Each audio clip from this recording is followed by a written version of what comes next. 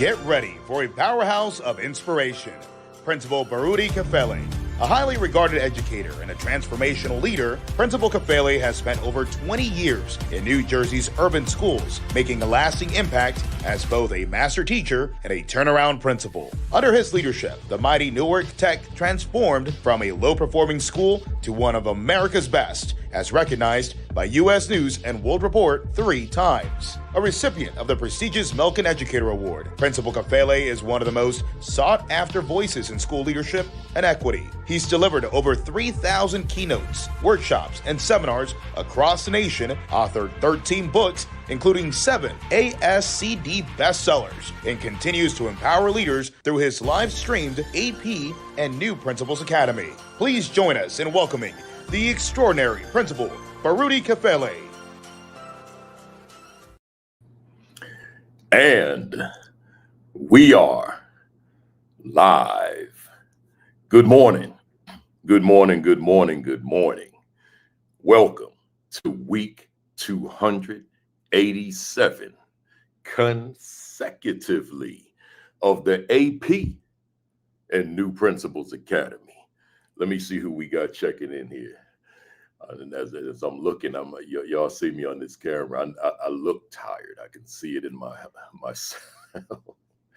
I'm in Las Vegas, y'all. It's those of you out there that watch us from the West Coast, I understand, and beyond, Alaska, Hawaii, I understand, right? Especially if you go out late. If you're out late, as I was, and here we are. But I'm here, baby. I'm here. Let's go. We got Yolanda McKinney in the building.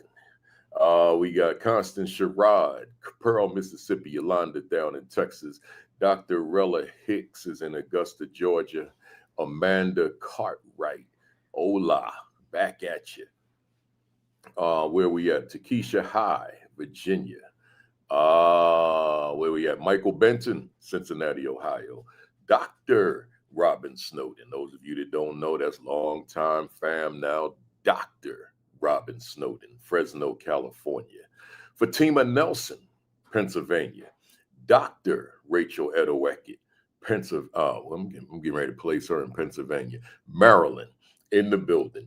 AP Patrick Lawrence is in Connecticut. Dr. Sonia Matthews, National Board Certified Teacher. NBCT, Maryland, in the building. Where we at? Grace Castaneda is in Kyle, Texas. Rodney Richardson, Hampton, Virginia. Ronald Pugh, Cedar, Texas. Nolene Martin, North Texas. Lysandra Brackens, North Carolina. Tashika Truesdale is in Atlanta, GA. Stacy Joy, LA, not too far from where I am. Right, I feel for y'all on the West. Matter of fact, I'm grateful for y'all on the West Coast, man. I'm tired, man, but I'm on fire at the same time. Trust me on that one. Chancellor Davis, oh, he right here in Vegas with me. That's right, the 702. Jeff Milner, Chesterfield, Virginia. Marsha Poe, San Diego, California. Vanessa Zeskin is in Connecticut. LaKenya Rowland, Jersey, in the building. Arlette Johnson was our guest last week.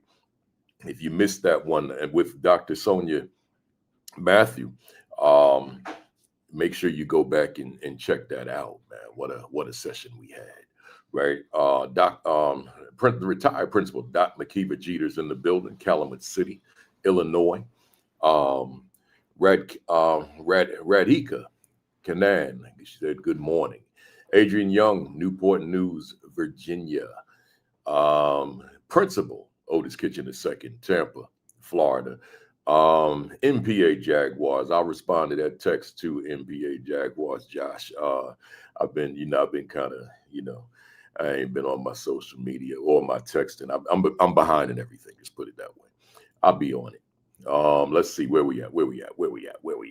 Janine Lavoie, Animate, Connecticut.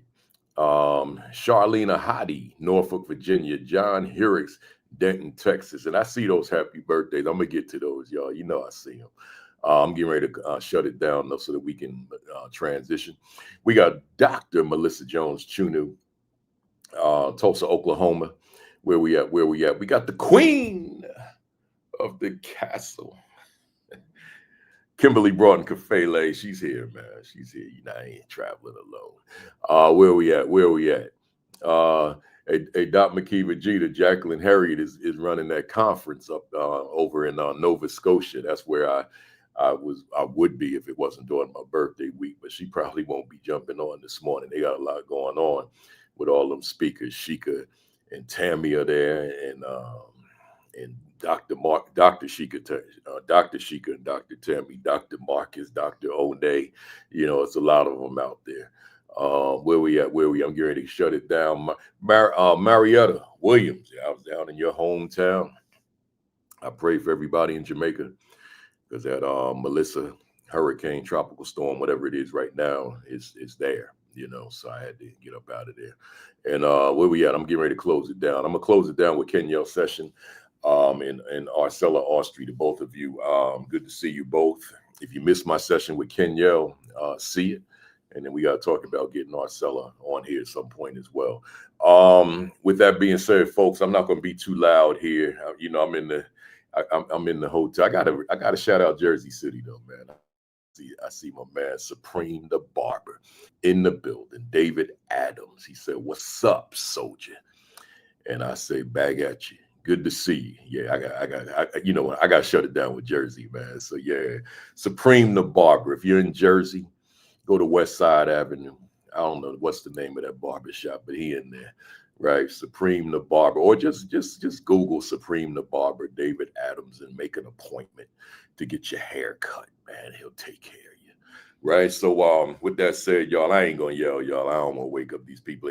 They probably just went to sleep. I'm in Vegas. It's 8 o'clock. They probably just went to sleep at 4, right? So good morning, greetings.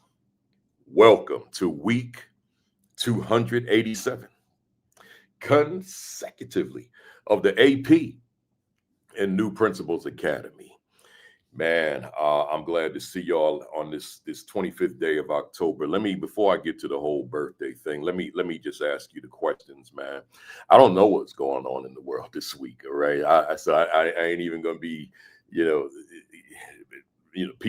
peeping over there. Let me just ask you my questions is in my script to open us up. What were your wins last week, y'all? What were your wins?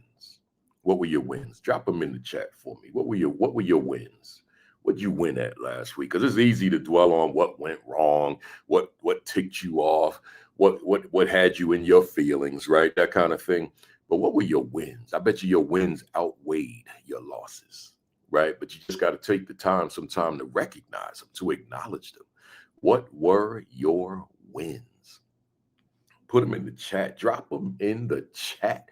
And then my other question, what will you do next week to take your leadership to new heights, right? What you going to do next week, right? Regardless of this week, if your week was sky high, what you going to do next week to take it higher than it was this week? Right. So what were your wins and what you going to do next week to take your game to another level? Drop it in the chat for me. I read these later on. I see them in real time, but I really read them later. Right. So drop that in the chat.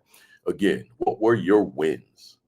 And, I'm dwelling on this because I know I've been in this business for a while, and I know it's easy to dwell on those things that frustrated you, those things that disappointed you. It's easy.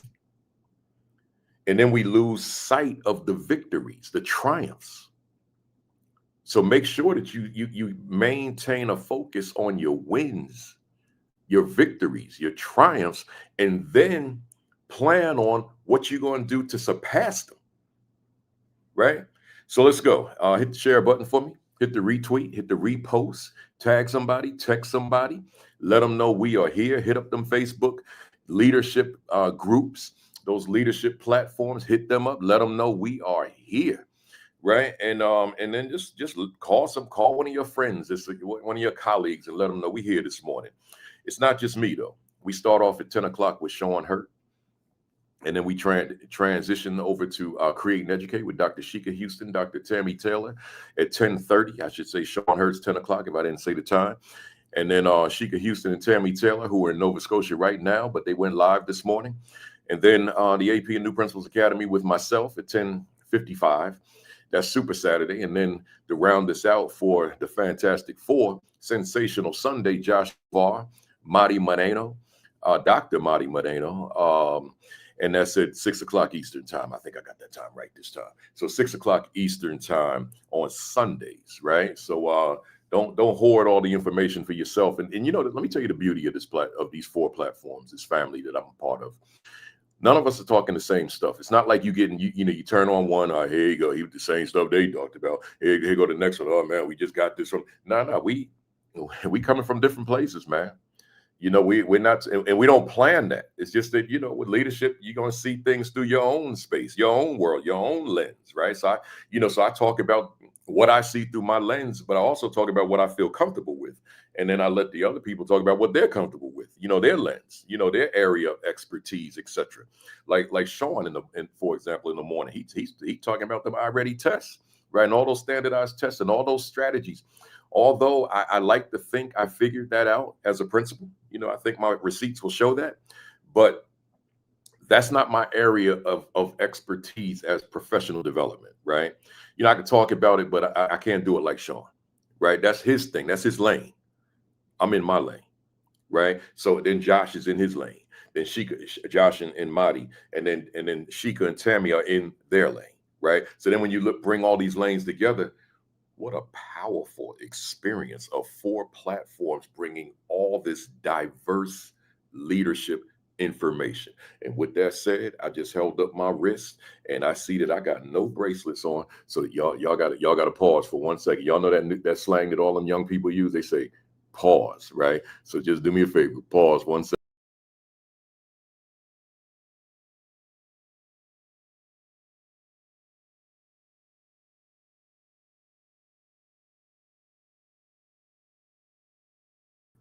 We back. Yeah, man, I can't do this work without these bracelets, man. This is my superpower, man. Watch my game elevate. Watch my cape appear, right?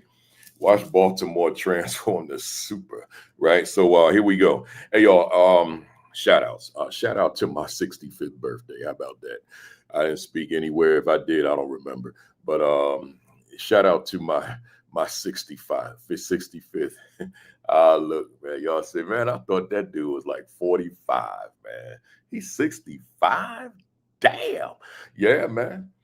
I'm here. It's a milestone. I don't know what it means. You know, people, you know, like we used to in the old days think, all right, that's Social Security. Them people woke me up real quick. I applied for mine, figured I'd just have it sitting around. And they said, baby, you ain't getting none of that. Not with that speaker salary you got. So we approve you for Social Security, but you ain't getting none of it, not a penny. I said, ouch. Well, I guess I'll be in these airports for another 2 years. I thought I was going to bring it down like y'all see me once in a while, right? Or see me on Saturday morning. They said, no, you ain't getting none of this money. And then for that Medicaid, you're going to pay a little for that too. Oh, okay. United Airlines, here I come. Clients out there, I'm still highly active. So reach out to me. Yeah, I ain't trying to talk money with y'all, man, but I'm a speaker. Speakers make a little money. So I thought I was going to bring it down and live off of the Social Security. They like, no, you ain't getting none of that. Not a dime. They said, apply again when you're 67. Damn, 67. That's a long time from now, man. That's like 365 twice. I can't do the math in my head. So, I'll admit that. That's 365 twice. I mean, let's see, 5 and 5 is 10, carry the 1. 6 and 6 is 12, plus the 1 is 13. And then the 2, 3, 6, 630. I don't know, 630, right? So, I'm being silly, man. So yeah, that's what it is, y'all. So all those birthday greetings that y'all are writing, man, I appreciate you. Yeah, Jacqueline, I'm still highly active, man. Y'all gonna see me doing the selfies on the airplane, baby. Listen, man, I appreciate the birthday wishes on this platform. I see you, boss educator. You need to be up there in Nova Scotia next year. I'm gonna try to be there too. Right, it's a big conference. It's powerful. And Tracy Barry McGee, you too. You too. We need to be up there in Nova Scotia. That's a big conference. But yeah, man, thanks everybody. All the birthday love, and then on my face, all my social media, we had like over like 2,500 comments, like happy birthday, this and that. I'm like, man, I ain't know 2,500 people knew I was born, and that was just the comments, the likes. And that was like 3,000, man. I'm like, 3,000 people know I was born? Are you kidding me? Right. So yeah, I appreciate it. Let's go, y'all. I got a lot to talk about, man. I just came from the copier downstairs. Let me tell y'all this. My wife is hearing this for the first time. Let me tell y'all this. They charged me $10 to print this out. No, let me change that. They charged me $10 to use the computer. Not to print it out. My wife said, dang. Not to use the computer, not to use the printer. I ain't get there yet. Lucky I brought my credit card downstairs. No, I didn't bring it. I had to come back up here and get it because I thought I was going to do it for free like I do in any other hotel on a Saturday. They said $10 to get on the internet, but then they time it. So $10 for 10 minutes. It's a dollar per minute. I needed at least 10. That bad boy timed out right when the last page was being printed. Now watch this. They said $10 to print this document. I paid $20 to be on here with y'all this morning, man. Y'all better send me a Cash App, right? I paid $20 to do this broadcast this morning. I mean, they even gave us free internet. How you gonna get? I think maybe I'm paying $20 a day for that, and I don't realize it, right? But that's what it is. Y'all hit that share button, man. Hit that retweet button. Let them know. Kafele here. What you say, Sean? $10 really to get on the internet, and another 10 to print, baby. That's it. That was lunch, so I'm not gonna eat lunch today, right? Wait a minute. You know I'm lying. I'm in Vegas. Lunch? No, it's $20 for the napkin. If you're gonna eat lunch, you're gonna pay about $100 in this spot, man. You know, it's y'all know I don't like Vegas, man. It's too much. I just come here. Let me get into it. Let me share this with you real quick, y'all. I know I got a whole agenda, but let me share this with you. I wasn't supposed to be in Vegas. For those of you who didn't know, I ain't supposed to be here. I'm supposed to be on an all-inclusive resort in Montego Bay. And I was there. I was there, unpacked, on the beach, eating jerk chicken, eating beef patties. I was there. 85 degrees. I was there. And then I never saw in the forecast that a hurricane was headed toward Jamaica. So around the third day, they're like, it's Melissa's coming. Melissa? Who? Melissa Chester? Yeah, some of y'all know her. No, Melissa the hurricane, tropical storm. I'm like, maybe we could ride this out. It's just a tropical storm. But then I said, nah, we better get up out of here. So I was up all night that night, like 2 nights ago, looking for flights, looking for somewhere to go in Vegas.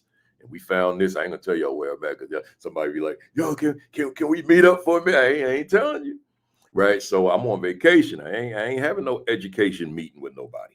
Right. So we flew on out here to Vegas, got us a flight, and we've been here a couple of days now, man. And we're gonna be here till Monday. Right. So, sometimes you gotta pivot.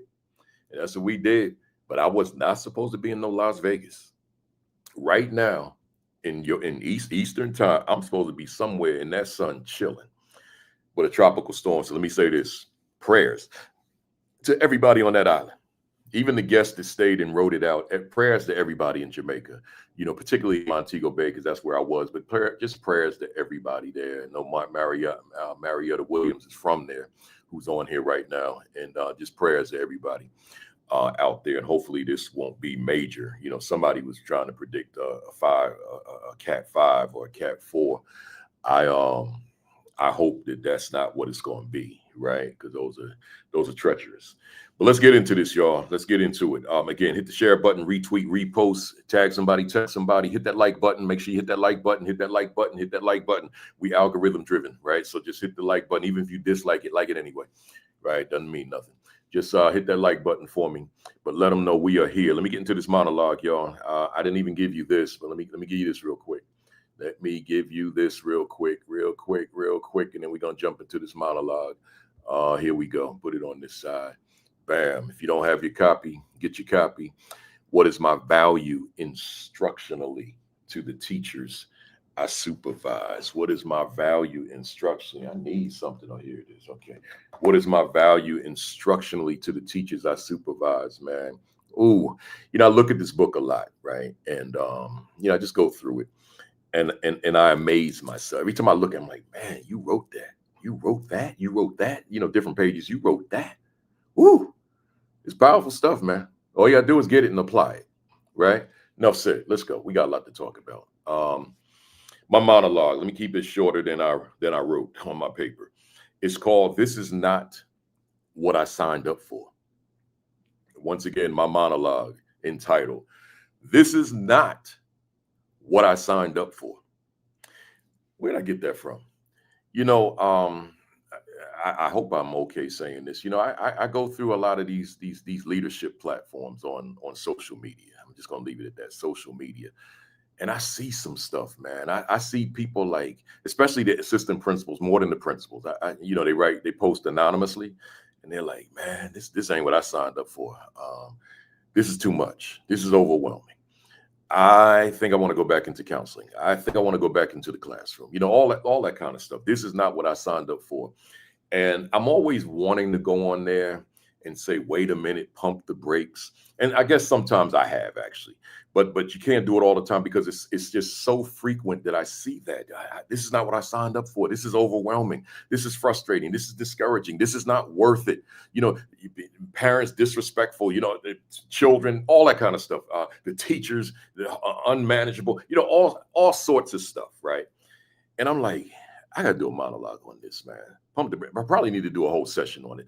I'm like, pump the brakes. So social media, I just read a lot of words of just a ton of people who have those sentiments about their leadership. But also just in my travels, I meet a ton of new and veteran administrators, whether it be AP or principal, who are just overwhelmed, frustrated. I understand it.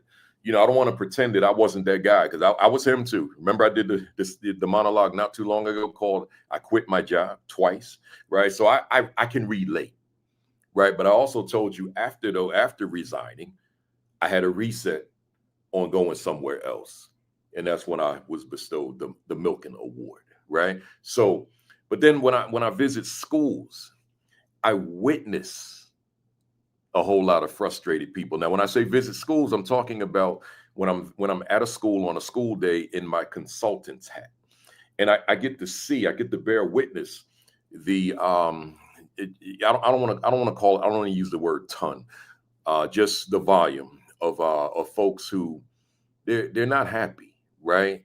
And I get it. But I wanted to use this monologue to address that. So I wrote 5 points because I wanted to make sure that I stayed focused. So I'm not going to try to go from the dome on this one. If you're frustrated by it, I'm going to give you these 5 examples, right? There could be more, but I just want to give you these 5 salient examples. Number 1, if you're frustrated by adult behavior, you've got to have a conversation with yourself about your skill set with effectively managing adult behaviors, right? So someone says they're frustrated, and I get it. So you're frustrated, and in this regard, let's just confine it to adult behaviors, man. So you hear it. Man, these adults are more challenging than the children. The problem, this is what you hear. This is not me now. The problem is not the children. The problem is the adults. If the adults could get it together, then we could do some things. The children are fine. The children are the children, but it's these daggone adults in the building who are the problem. Just put amen if you ever heard that before. I ain't gonna say amen if you said it, but just if you ever heard that before, drop an amen on there, right? Or just drop a bomb, right? Emoji, whatever it is. But let me tell you this.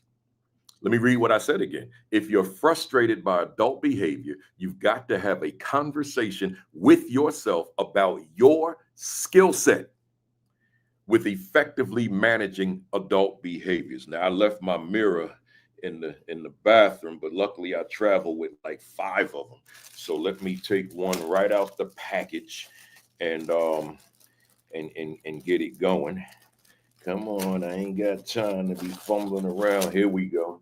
I got another one. So you got to come prepared, y'all. So I travel with multiple mirrors. So if I leave one or at a site, I got another one. I got another one. See, so here we go. So you got to go to your mirror, y'all, and you got to ask yourself, what is my skill set? What is my level of expertise in managing adult behavior?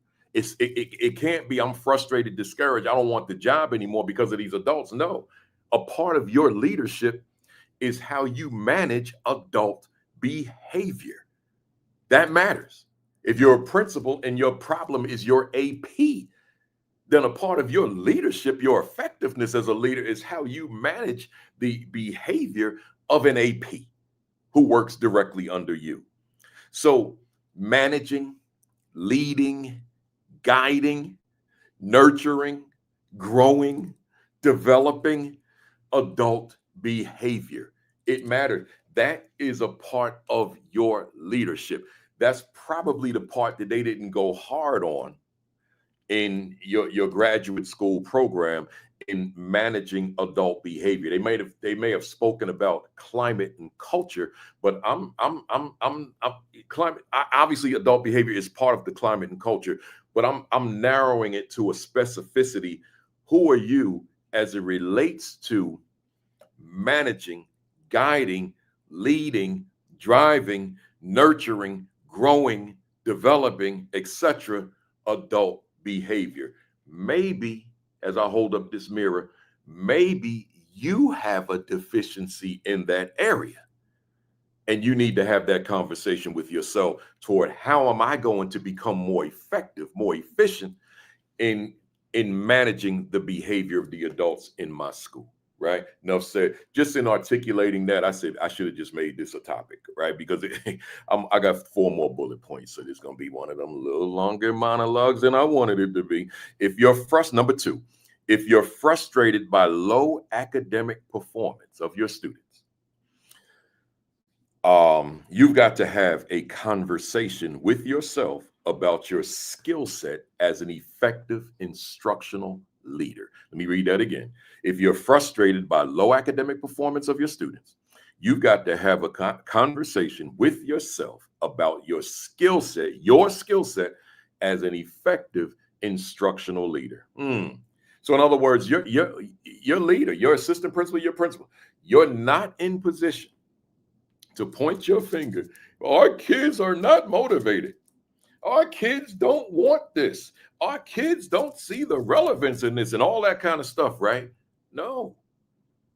There's teaching and learning are not occurring in your classrooms at the level in which they could and the level in which you would expect for them to do so. So now you got to take that mirror and you got to flip it onto yourself and you got to ask yourself the question, what is it about my instructional leadership that shifts the reality academically in that classroom, shifts the reality relative to the motivation in that classroom, shifts the reality relative to the inspiration, the empowerment in that classroom? It matters, right? It matters. So you got to ask yourself the question, let me give you this like extreme example, right? I told you this monologue gonna be a little long, y'all. Just work with me. But like what Sean Hurt would say, but you know I'm talking good, right? So that's all that really matters. Forget about the distinction between the session itself and the monologue. As long as I'm talking good, like Sean would say, I'm good. All right, so I go to this show last night, man, at the Venetian, Earth, Wind, and Fire. I vowed, I think I even said it on one of these 287 sessions. I vowed to anybody willing to listen to me, I will never, ever go see Earth, Wind, and Fire because the founder, the lead singer, the head person of the group, Maurice White, passed years ago.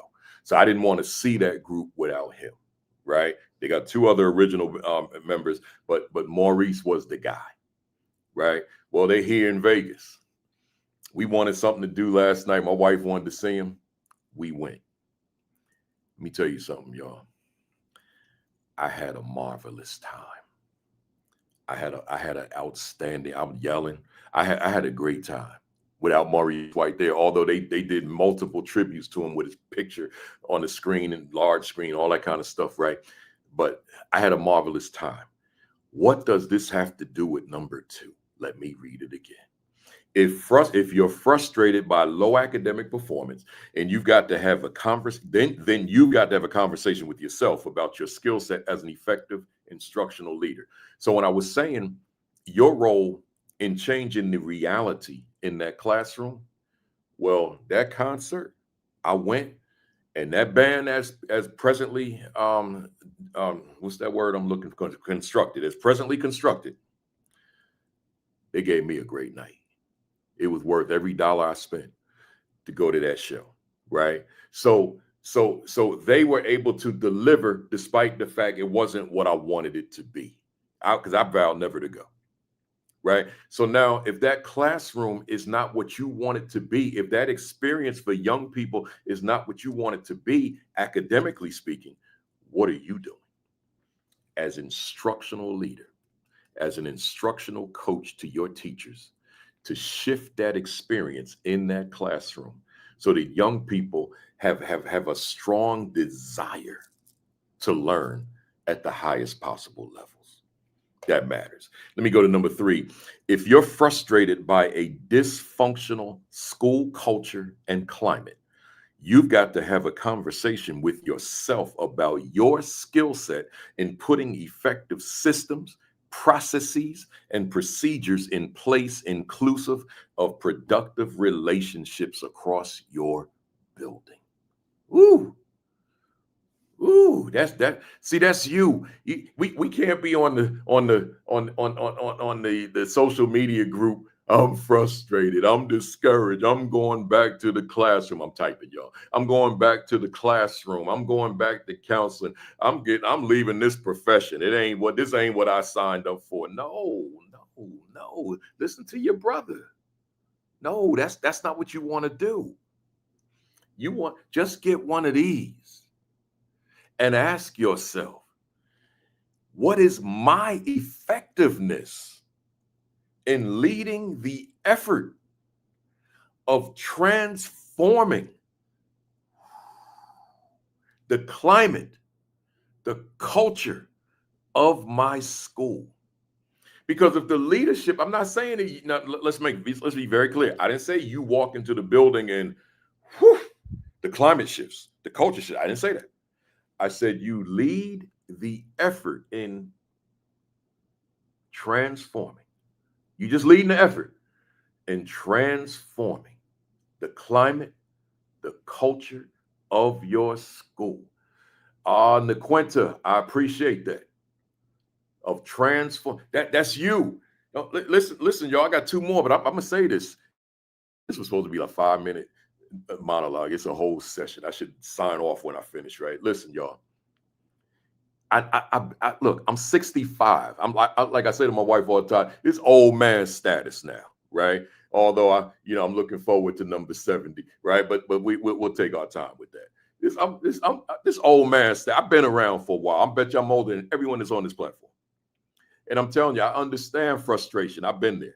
I understand discouragement. I've been there. I understand wanting to quit. I did it twice, right? So I understand, but I didn't quit for long. It was a matter of 5 minutes, right? So I didn't quit for long. But once I got recruited, I found my lane. I wasn't in my lane.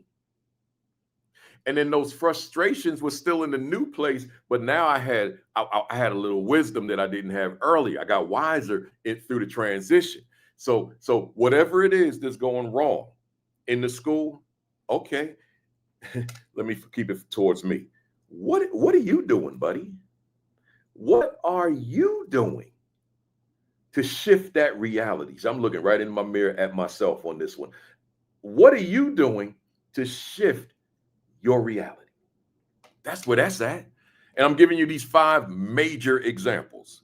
Let me go to number 4. If you're frustrated by the pressures of central office, yeah, see, you ain't think I was gonna go there, did you? If you're frustrated by the pressures of central office, you've got to have a conversation. Y'all listen to this one carefully with yourself about your skill set in navigating central office, maneuvering through central office, handling the pressure of central office, and managing relations with central office. Oh man, y'all ain't hear that. Hey, Sean Hurt, man, I don't know if you still here because I know you so busy on Saturdays with home life and all that kind of stuff. But if you here, man, I know you know I'm talking good right now. I know you know that. Listen, man, let me go back. I want to read that to y'all again. If you're frustrated by the pressures of central office, you've got to have a conversation with yourself about your skill set. I'm putting emphasis on certain words. Your skill set in navigating central office, maneuvering through central office, handling the pressure of central office, and managing relations with central office staff. See, listen, man, when we talk about the politics of education, that's a large area where the politics exist right there. You got some folks sitting in them supervisory positions, those director positions. They want your freaking job. If ain't no other platform gonna mention this kind of stuff, I'm gonna do it.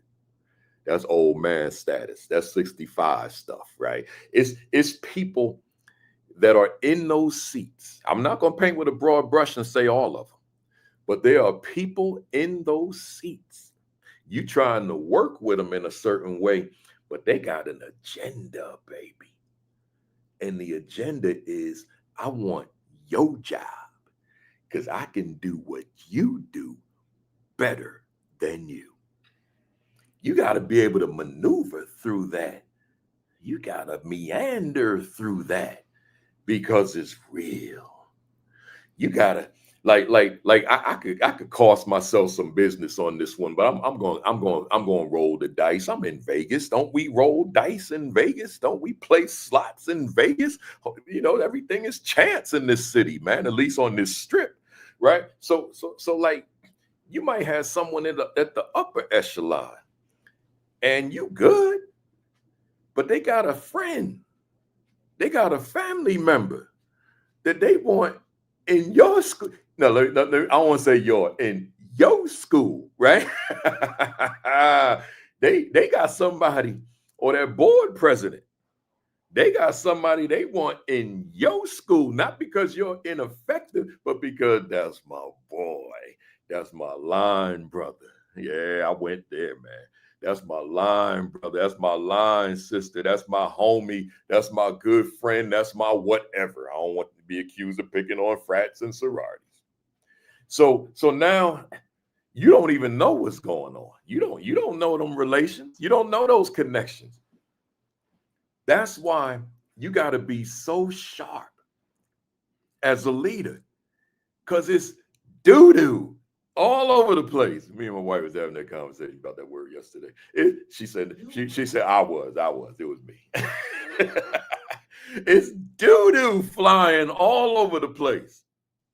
Yo, wait, where y'all gonna get a podcast, a PD session, and they keeping it real by telling you about the doo-doo, man. Like that mess stink, man. It don't stink, it stank. It stank, right? And you don't know how to deal with it.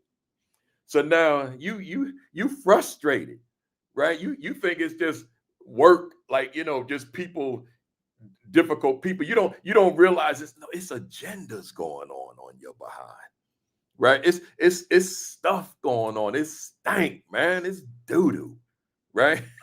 Meet me in the parking lot. I'm gonna tell you what it really is, right? I can't say it on this thing, right? So I'm saying to you, hear me, fam. You got to know how to navigate that, man. I went through that stuff.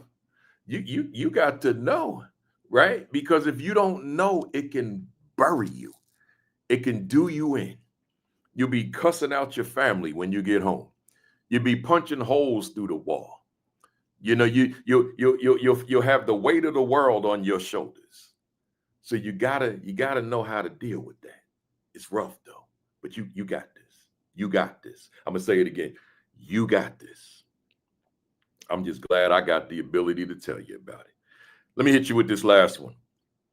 If you're frustrated by unacceptably low parental and family engagement, you've got to have a conversation with yourself about your skill set toward building a bridge between your school and your families. That's it, man. You can't sit back talking about all these parents are jacked up, man. They don't care about their kids.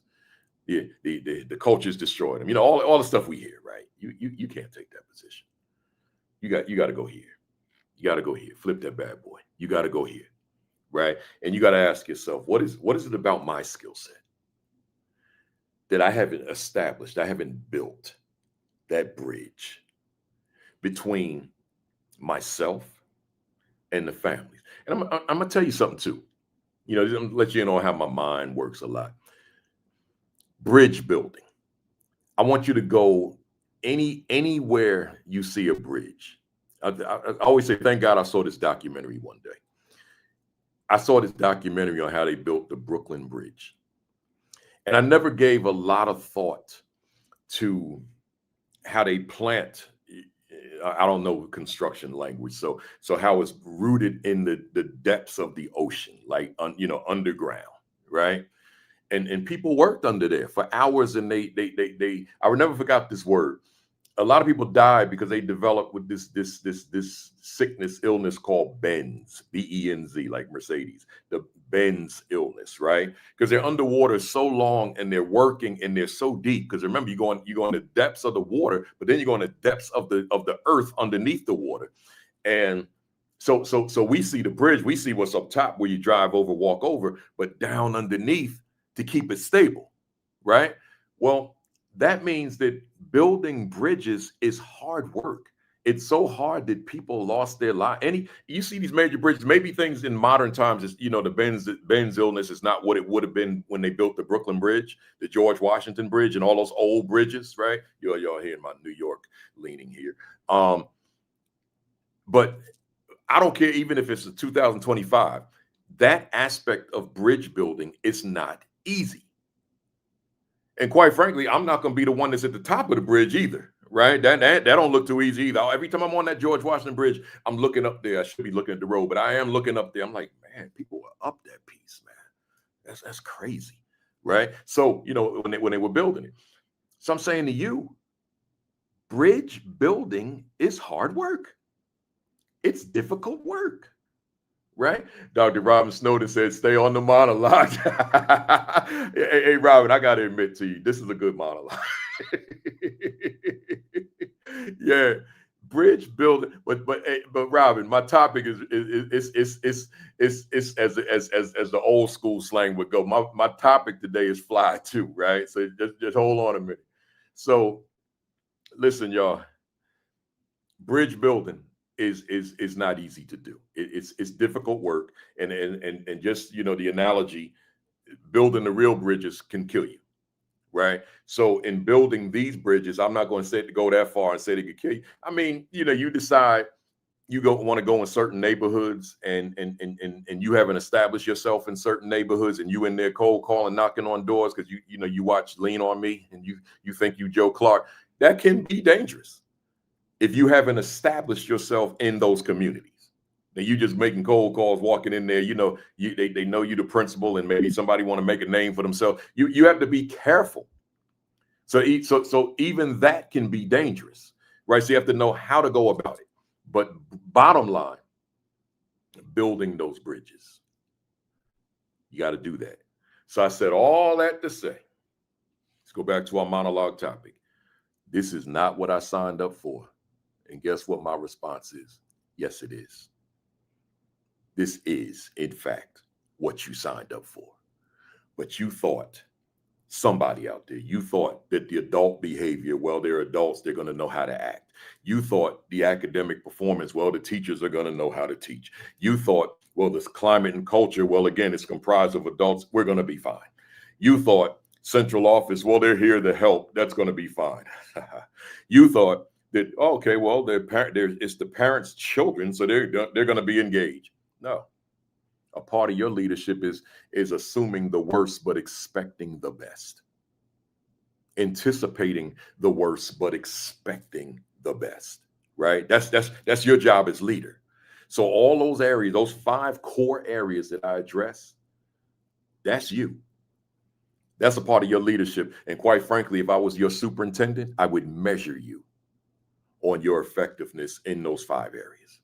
But if I was your superintendent, I would be having these conversations with you. So let's say there's a superintendent watching right now, or let's say there's an aspiring superintendent watching right now. Hey, superintendent out there, I expect that these are a part of your coaching of your leaders, and never, ever neglect that assistant principal, because that person will be a principal one day, right? That person will be a principal one day. Enough said. I got a whole session to do, y'all. That was just a monologue. What time is it, man? It's 8:45 my time. I guess that means it's 11:45 your time.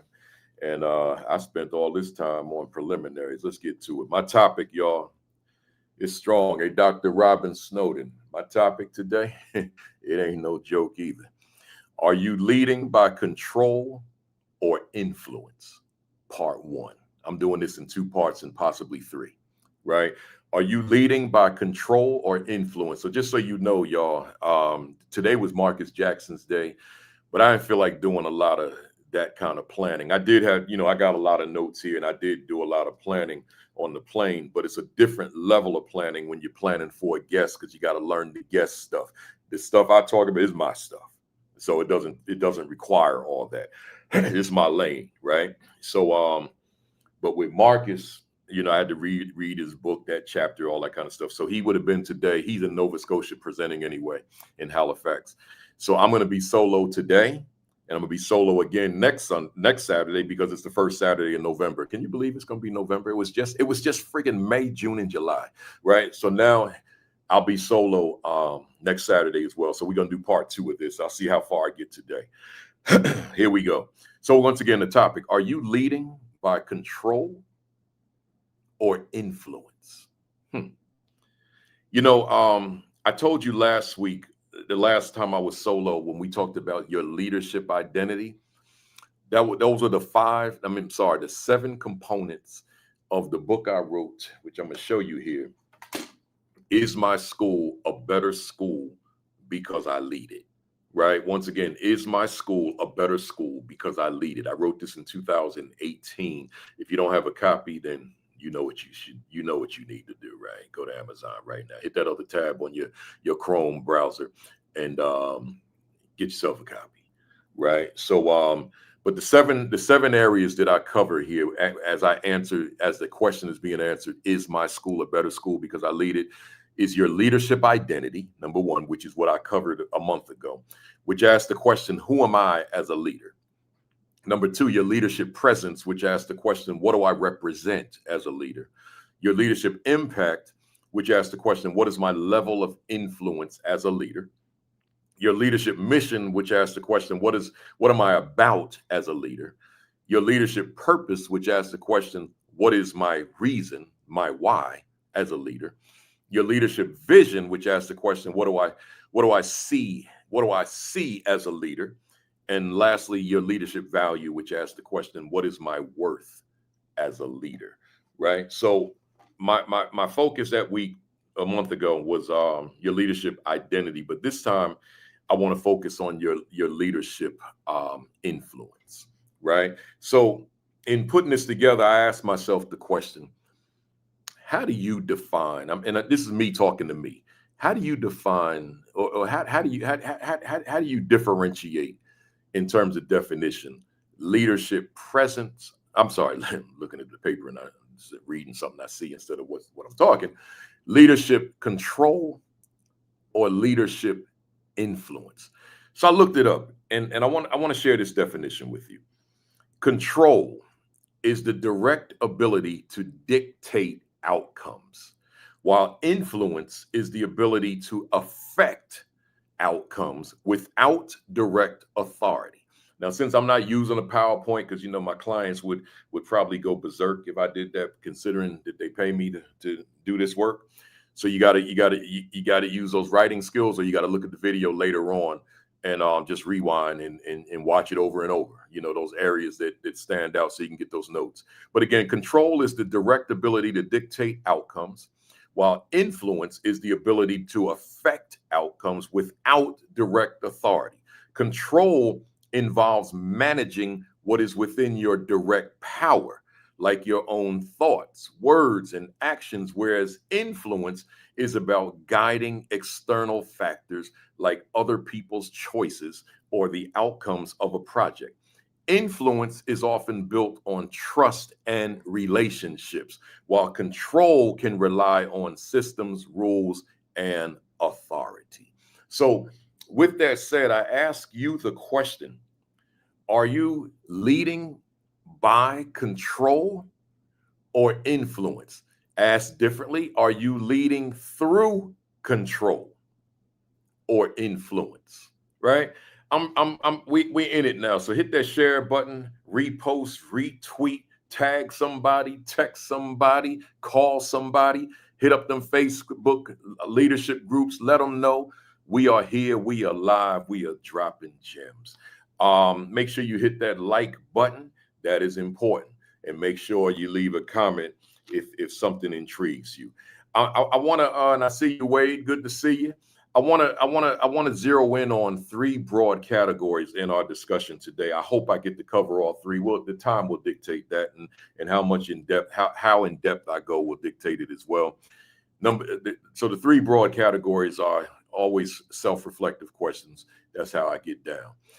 How does my leadership influence my school's brand identity? Once again, how does my leadership influence my school's brand identity? That's number one. Number two, how does my leadership influence my school's mission and vision?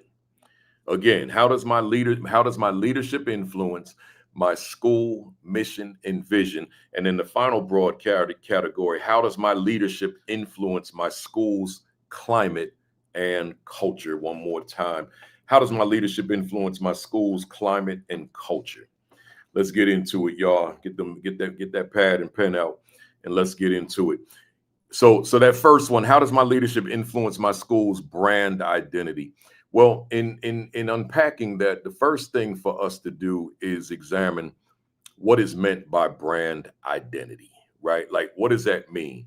What is meant by brand image? What does that mean? And what is the difference between brand identity and brand image? Now, those of you who rock with me regularly, I've talked about this multiple times, because these are staple areas with me.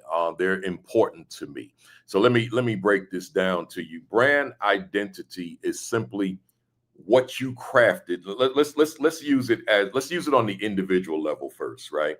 So you as principal, you as AP, you walk into the building. but you're not just some random human being. You're not just a principal, whatever that means. You are somebody that's distinguishable from everybody else that does this work.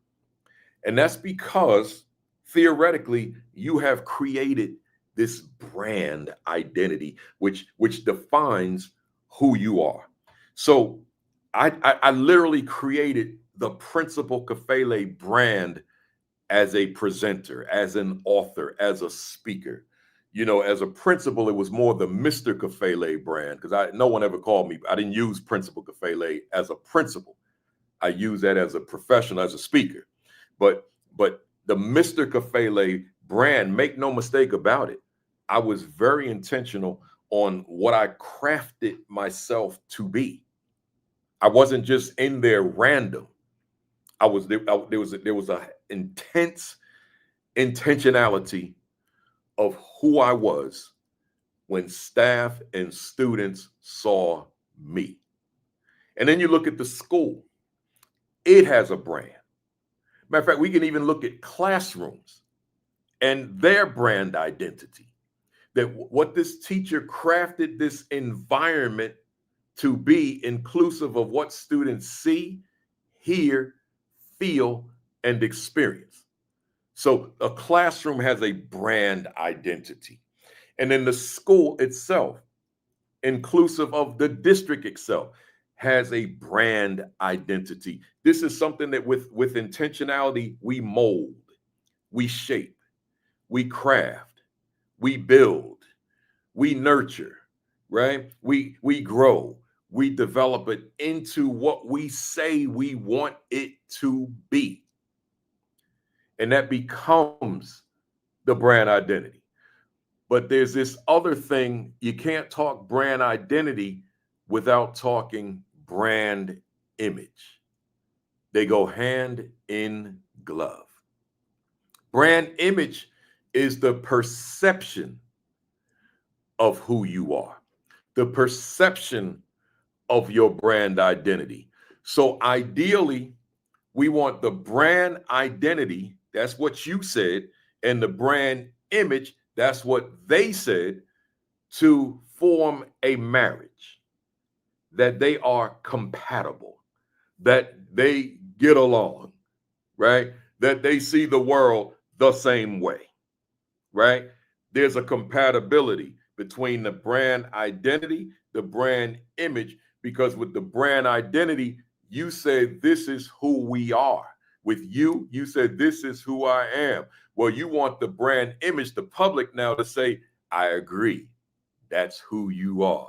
I agree. That's who your school is. Everything you said is what I see. Here's the breakdown. Here's the problem. When you've crafted yourself as X, Y, and Z, but the public said, no, you are A, B, and C. You're not X, Y, and Z. You're not who you say you are. So you saying that this school, that this is where the children need to be, and the public is saying, I don't want my child in there. Well, now there's instead of this, it's a this. And this. And notice what is forming every time I do that in X. So we can look at that algebraically and say, it's representing the unknown, that which it could have been, but it never got there. So when we have this conversation about influence, part of that is because I'm on this first question, how does my leadership influence my brand's identity? Man, it's real. So keep that in mind. So matter of fact, let me get my mirror. And let me ask you a question. I know I'm gonna do 3 parts of this because I might not get to part 2. So check this out, y'all. Your leadership brand, like just think about it for a second. Feel free to drop it in the chat if you want to. Your leadership brand identity, like what's this thing that you created that when you walk in the building, this is who I am, right? This is who I am. Cause see, like at home, I was husband and dad. I'm not walking into that school as husband and dad. I'm not distancing myself from it when I'm there, but I'm not in that though. I'm not in those hats in the building. I'm in Mr. Kafele mode now. That requires a different me from who's at home. But that different me has to be an effective me, a me who is going to get it done leadership wise at a high level. So that image, however, you can't run away from that because there's some perceptions out there. And there's got to be this compatibility. So I want to give you these quick examples, and then we're going to jump into the actual scenarios I want to give you. A store has a brand identity, and there's certain stores you shop in regularly because of the brand identity, not the price, but the brand. Price could be a part of the brand. Some folks like to spend the higher end because they feel that they're getting a better product because they spent so much money, not considering when that product was raw, it wasn't worth nothing. But the name attached to it increased its value. But that's a whole other conversation. We ain't even going there, right? So stores have a brand identity. Products have a brand identity. Restaurants have a brand identity. Hotels have a brand identity. Airlines have a brand identity. Airports have a brand identity. Like I'm in certain airports and I'm like, man, like when I go into Minneapolis, the airport there, it's like I'm in a shopping mall. Literally, it does not feel like you're in an airport. When I'm in Dallas, I feel like I'm in a miniature city. And maybe Dallas airport is bigger than some cities. But there's certain brands when I'm in let me think. When I'm in Chicago, that's O'Hare, Chicago. That's a different identity from, say, Minneapolis, which feels like a mall. I cringe at the thought of going into O'Hare in Chicago. It's just a dark, dank place. I don't like it there. It's a different brand. I look forward to going to Minneapolis. I look forward to going to Dallas because I know that there's some things I want to buy, things I'm looking for, or good places to eat. I know I'm going to find them, just like being here in Vegas. You're looking for a good restaurant. Dallas gives you that. Minneapolis gives you that, and several others. So the brands are different. The airlines themselves, the brands are different. United is supposed to be a big airline along with Delta and American, but quite frankly, United is, to me, second rate to, say, Delta. You're not guaranteed to have your own personal power source, for example, on United. They'll have three seats, but only 2 plugs, right? Most airlines will have a screen. You can watch movies. United oftentimes will not have a screen, right? So a lot of their planes do, but a lot of them don't. I don't want United trying to sue me, right? So different airlines have different brand identities. Let me keep going. Entertainers have a brand identity. Athletes have a brand identity. Head coaches have a brand identity. Religious leaders have a brand identity. Government officials, principals, government officials have a brand identity. Principal has a brand identity. Assistant principal has a brand identity. And let's stop on that assistant principal for a second. Hey, Sean and B, I see you with that Spirit. I mean, yeah, man, Spirit got his own brand identity. And I'm gonna tell you something about that. I ain't gonna never learn what it is, right? So I'm gonna tell y'all something. Assistant principal. The generic brand identity is that this is the disciplinarian. This is the cafeteria duty person. This is the bus duty person. This is the roll up the sleeves and do whatever that secondary, tertiary work is. That's not the right identity. And that makes my point. A school has a brand identity, and quite frankly, I have a brand identity. And I guard it with my life. And I'm saying to you, you have to guard, you have to protect, you have to shield your leadership identity and your school identity with your life. Because once you violate your own identity, you cannot retrieve it. It is done. It's like when you shoot an arrow, you can't catch it in midair.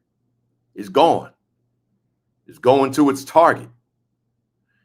Well, when you let your brand identity slip, you may not be able to get it back. Particularly if the public, your staff, whomever know of where you fell as far as it relates to protecting your brand, you may not be able to get it back. You know, there's a news story, but I don't think I want to go there. I'm gonna leave it alone. But a certain superintendent, I'm not even gonna tell you where. You probably know, some of you, to keep up with this kind of stuff, and his brand is shattered for life. You know, and that happens. So you have to protect it the way you protect your family, the way you protect your home, right? The way you protect your valuables. You have to protect them with everything you have. You protect your brand with everything you have. Because once you allow your brand to be violated, then you can never get it back. It's done. As they say, it's a wrap. Right. So now let's look at some things. I want to read something to you right quick. Y'all, I did some planning, y'all. I got paragraphs I'm reading. Check this out, and then I want to go into some content I wrote. Your school's brand, and I'm reading this, by the way, out of Is My School a Better School? Because I lead it. Move the right fingers in. There we go. Your school's brand will be as attractive as your leadership is strong, clear, and effective. Once again, your school's brand will be as attractive as your leadership is strong, clear, and effective. If you strive for excellence at all times while ensuring a supportive environment for all, both your leadership identity and your school's brand will be the envy of others. It is incumbent upon you to discuss with staff regularly how you wish for your school, to be seen by the community, and most important, to work consciously and consistently at achieving this end. There's a lot there. I can just do the whole rest of the session on that paragraph, but let's go. So I got these 6 questions I wanted to throw at you under the topic, how does my leadership influence my school's brand identity? Let's go. Write these down, y'all. Does your school's brand identity influence a unifying sense of urgency and purpose and passion in your school? Let me throw that at you again, because I'm not putting it up on the screen, because I can't have the clients calling me saying, send my money back. Does your school's brand identity influence a unifying sense of urgency, purpose, and passion? That matters, y'all. What is it about your school? What is it about your school's brand identity that influences? See, I got to break this down now. I read it to you, but now I need to break it down. What is it about your school's brand identity that influences, not control? We're making that distinction for this session. Not controls, but influences a unifying sense of urgency. Let's stop it right there.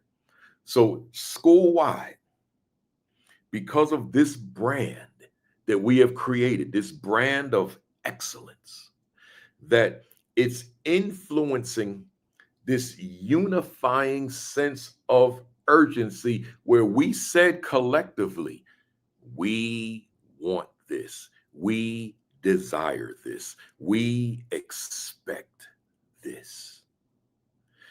What is it about your school's brand identity that influences, that's the key word to this whole session, a sense of purpose, a unifying sense of purpose?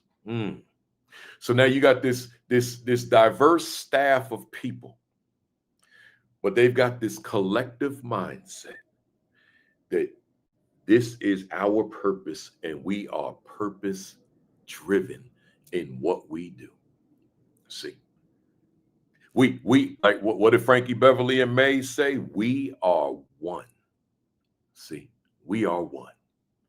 So, what is it about your school brand's influence? I could say, what is it about your leadership influence that creates this unifying sense of urgency, purpose, and this last one, passion? Ooh, that's a big one. Passion. People come in here like wanting this, man. Ooh, I love what I do. Ooh, I believe in what I do. Oh, I see where young people can go because they come to our school, because your brand is driving that. Your brand is influencing that, but your leadership is driving the brand. I hope y'all see that connection. Your leadership is driving the brand, and your brand is driving this unifying sense of urgency and purpose and passion.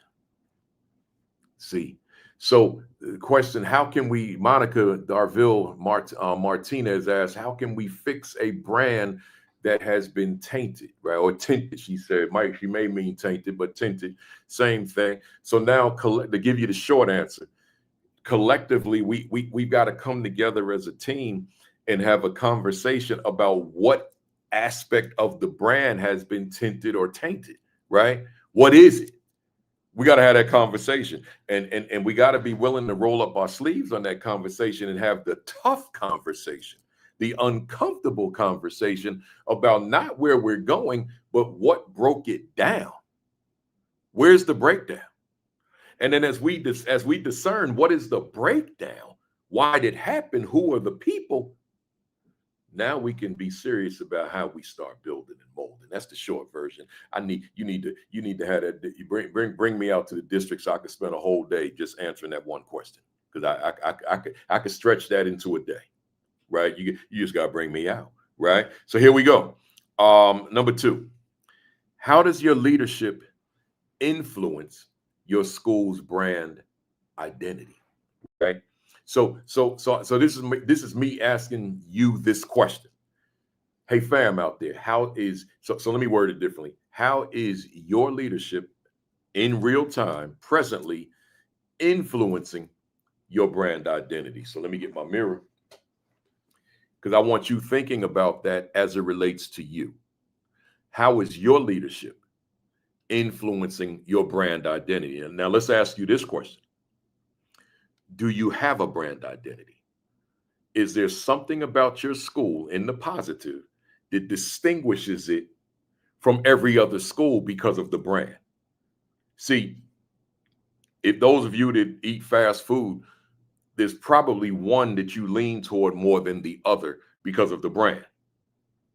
Those, most of you, if not all, have cars, right? Well, some of you are loyal to particular manufacturers because of the brand, right? And some of you, when you buy your clothes, your suits and all that kind of thing, you go to certain stores because of the brand. So the brand always matters, right? So just keep all that in mind when we talk about brand identity. So now, what is it about, as I read the question, what is it about your leadership influence? Or how does your leadership influence your school's brand identity? That's the question. And that matters, right?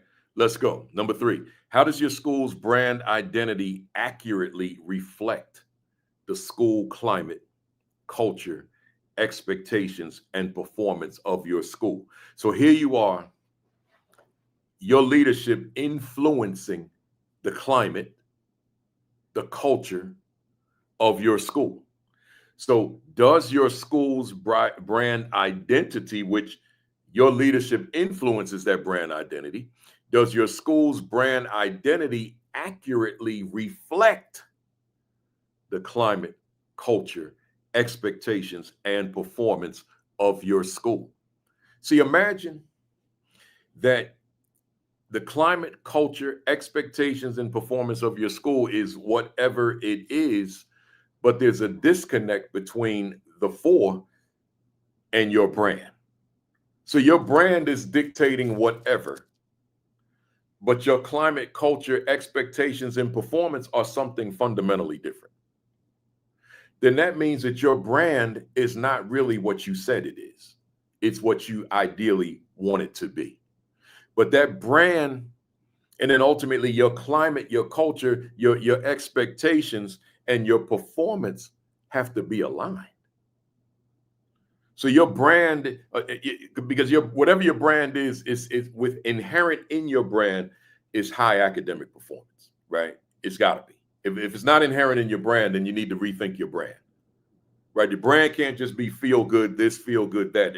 Within that brand is just like I mentioned the fast food restaurant. Within that brand that you like of the fast food restaurant there's food that you really enjoy eating.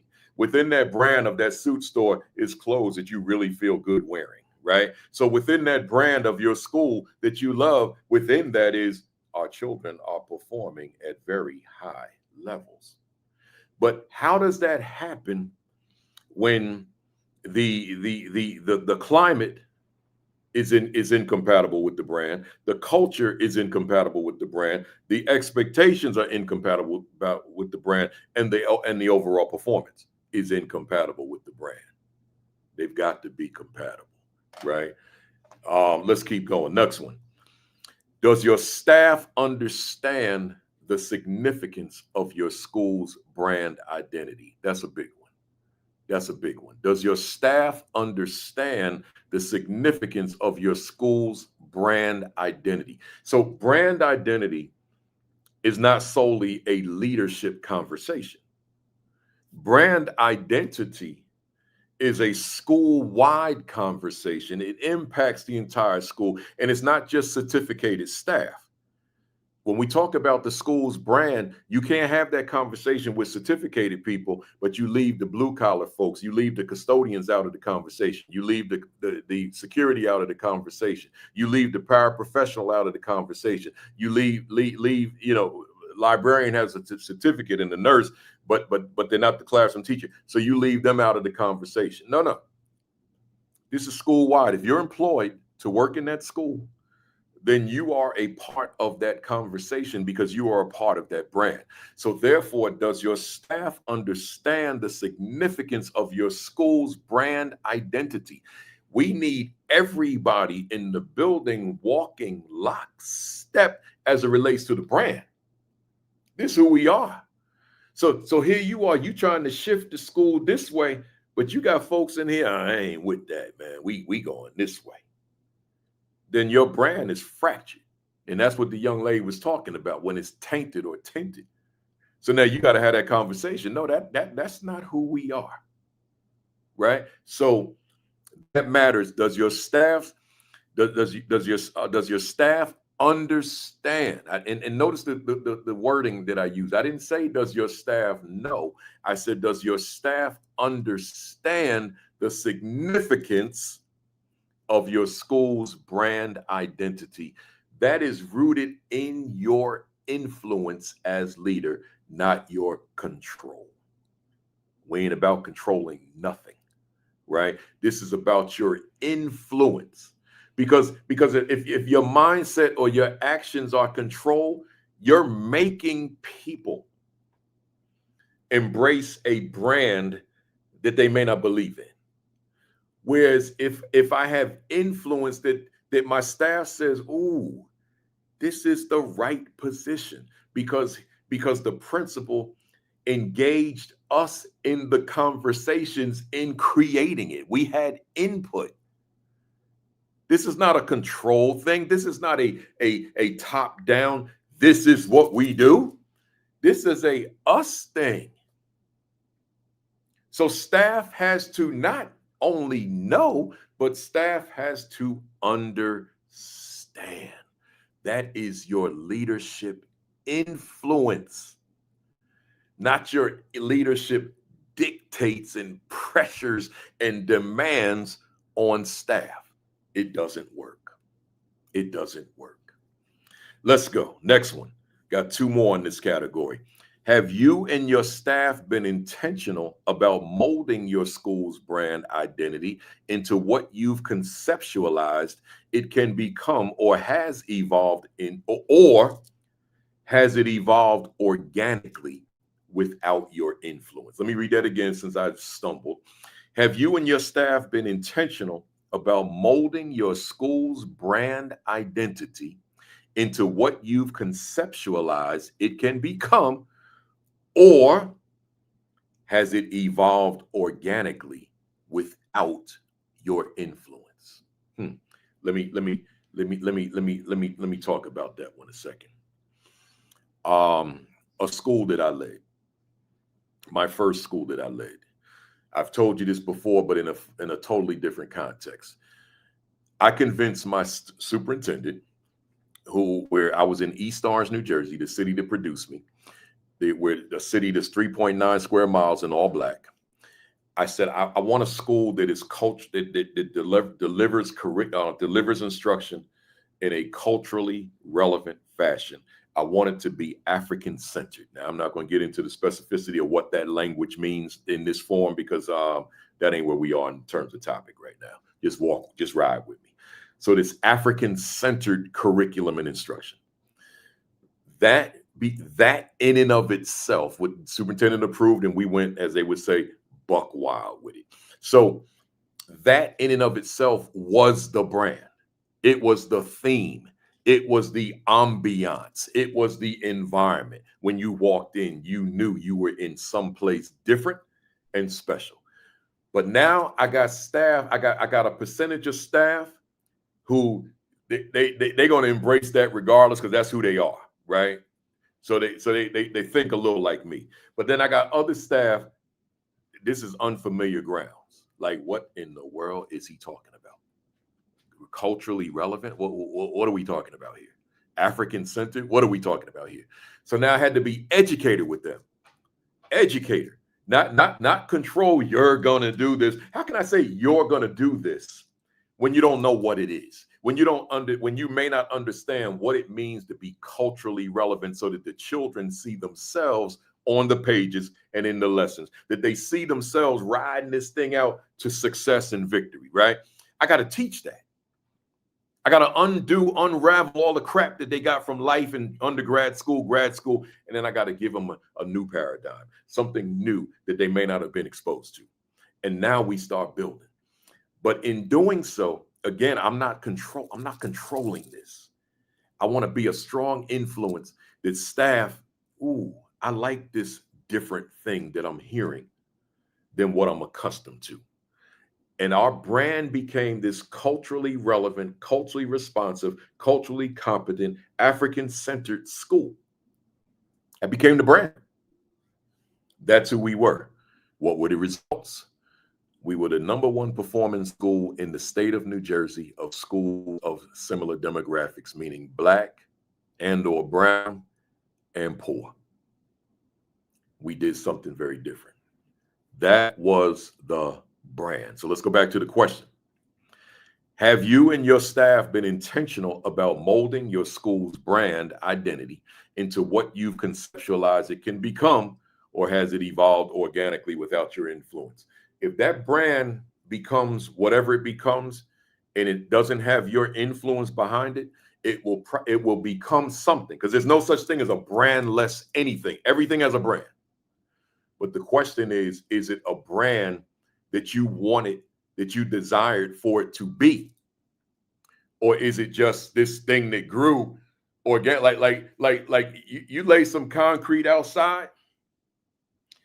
I don't care who you are. You lay that concrete, at some point, it's going to be some weeds that grow through that. I don't care how strong that concrete is. You know that. At some point, you lay some concrete to try to block out any vegetation. Some weeds going to come through. And if you don't stop them weeds, you're going to have some trees growing. They call them weed trees. And they grow as high as any other tree. So that's organic. No one did anything to stop it. In my backyard, when I see them little high weeds coming, I pull them up through the root, because I know that thing could be a tree, right? So, but that would be organic, just letting it happen. No, I'm not going to just let something happen as a school leader. I'm going to lead that. That's your influence. I hope y'all got that. Last one under this particular heading of school brand. Does your school's brand identity matter to you? In other words, I'm asking y'all, as you're listening to this session, as you're taking notes to this session, and you're reflecting on this session, I'm asking you the question, does school brand, like that whole idea, does it matter to you? Is it important to you? Or do you, in your mind, have bigger fish to fry than your brand identity, coupled with your influence of the brand identity, your leadership influence? Because I'm going to say this to you before I transition. For me, brand identity is everything. When I walk into a school, I'm sniffing for the brand identity. I'm searching for the brand identity. I'm trying to gauge the brand identity. I want to know what that is. And I don't want, as you've heard me say in past sessions, those of you who are with me on a regular basis, I don't want to ask the principal about no brand. I want to sense the brand. When you go to the store, when you go to your various places you go to, your stores, your restaurants, your theaters, your shows, your sports, your whatever, you don't go to the management and say, what's your brand? You've never done that. And I never asked any of you this. You've never gone to a store and said, what's your brand? You never went to a game and looked at a team and said, what's their brand? If you know sports and you're watching a football game, you know that team's brand. If you're watching the Baltimore Ravens, who have Lamar Jackson with that style of quarterbacking that he has, you know that Raven offense brand. You know it. You don't have to ask somebody if you're a sports fan. If you watch the Kansas City Chiefs and Pat Mahomes style quarterbacking style, you know the brand of that offense. You don't have to ask somebody. Well, your school. Well, we got to come into your school and ask you the brand. If we have to ask you the brand, your brand is probably counterproductive. And your brand might be why your school is not where you want it to be. But you can't separate your brand from your leadership influence. And that's the whole point of this session. Your leadership influence, it matters toward the creation of a brand identity that your staff embraces. Enough said.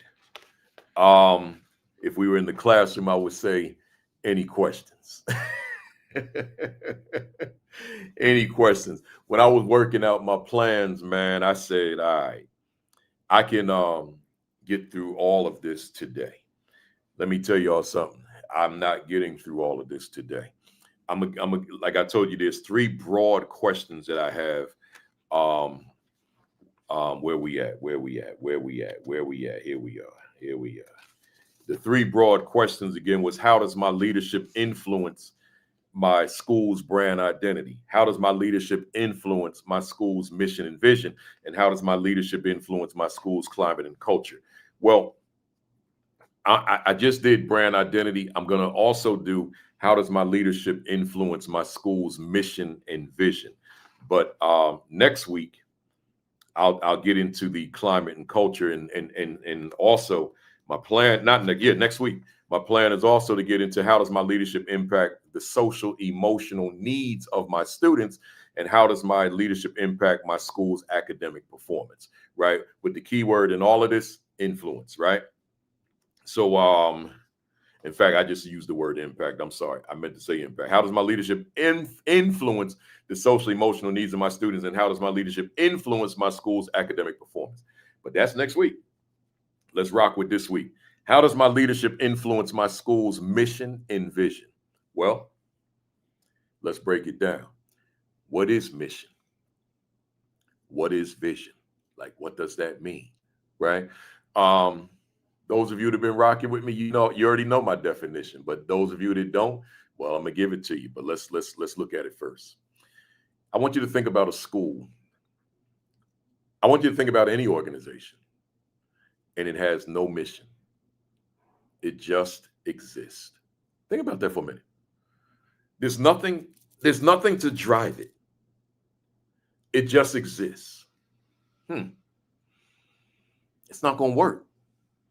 So therefore, I would ask the question, well, what is your mission? And typically I ask this question in two layers.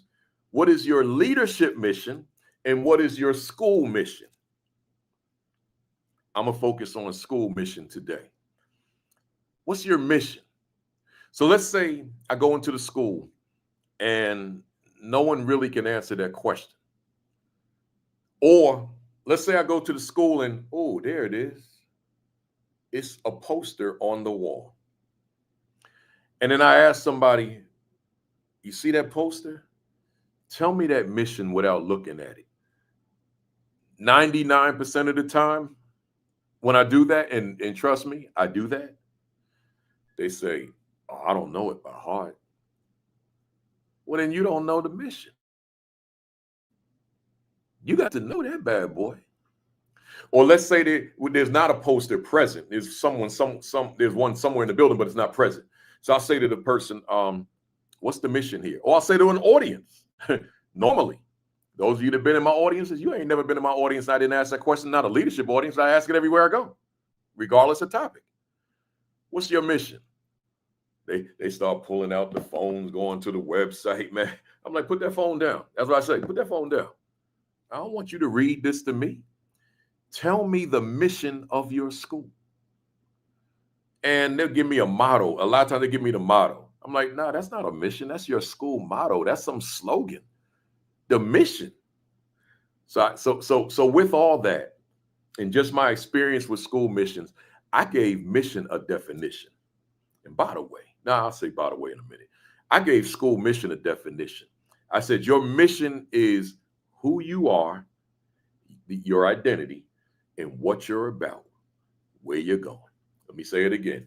Who you are and what you're about. Let me say it again. Who you are and what you're about. Let me say it again. Who you are, your identity, and what you're about, where you going.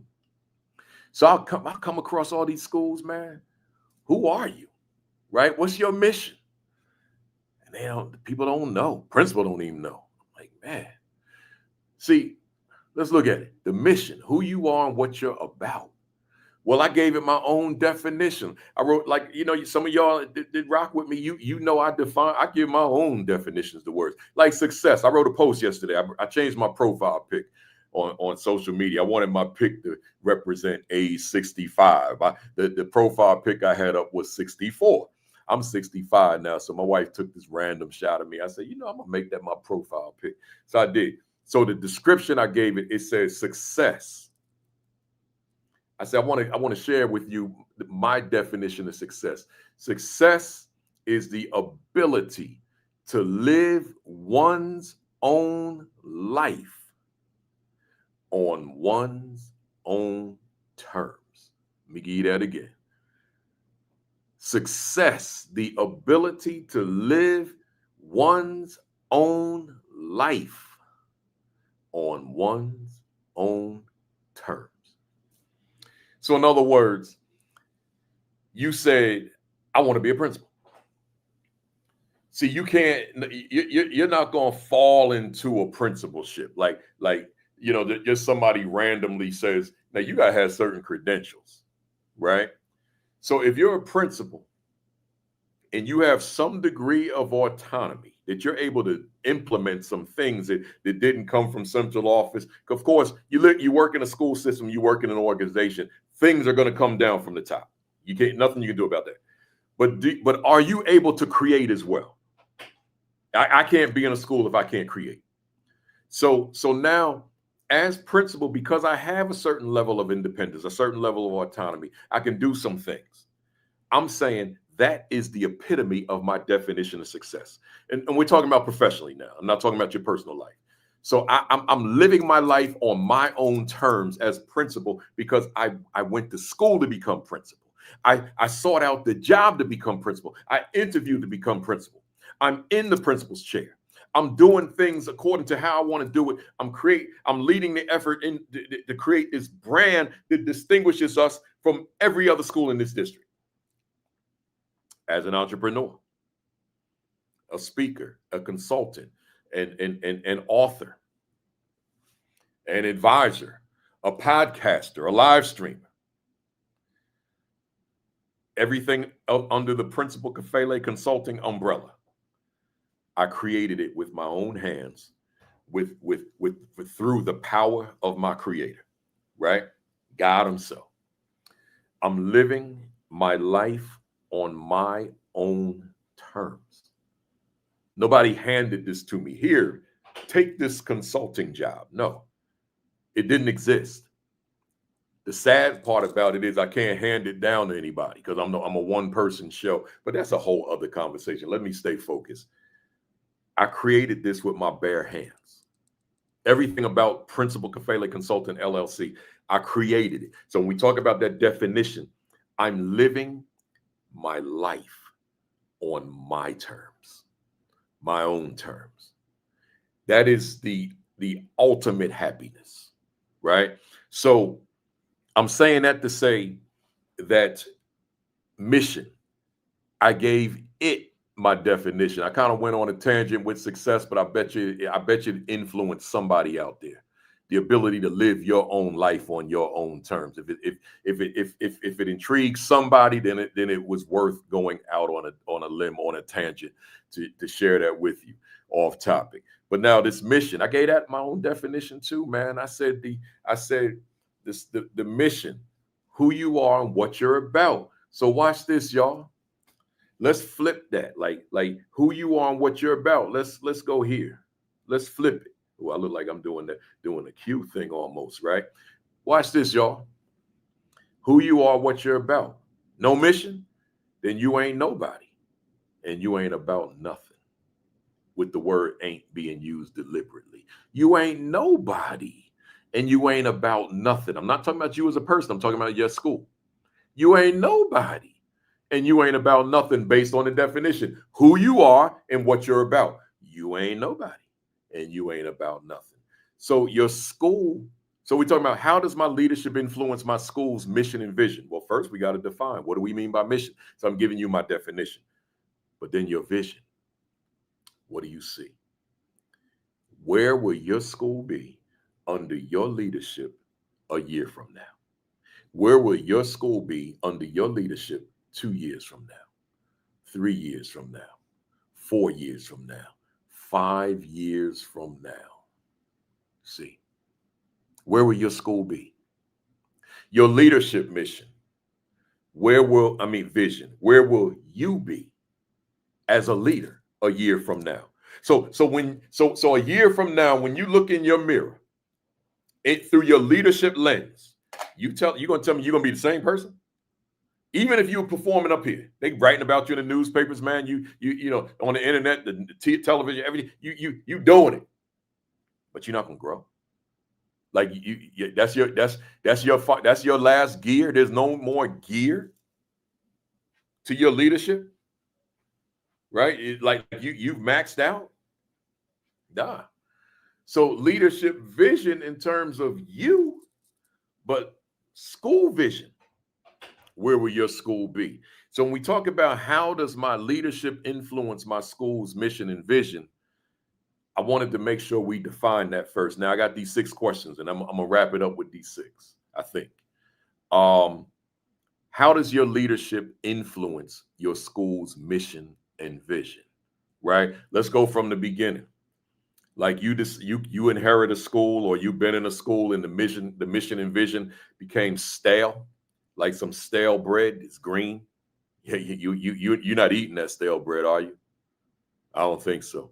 Well, you using that stale mission and vision, it's green too. If your school colors are green, then let's just switch the color, right? It's stale. Don't take a bite out of that stale mission and vision.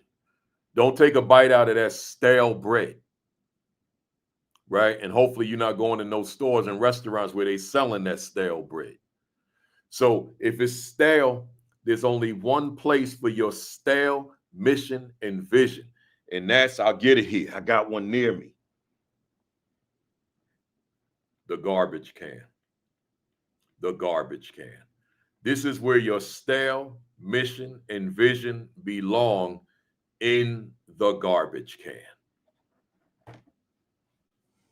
So, with that said, the question does how does your leadership influence your school's mission and vision?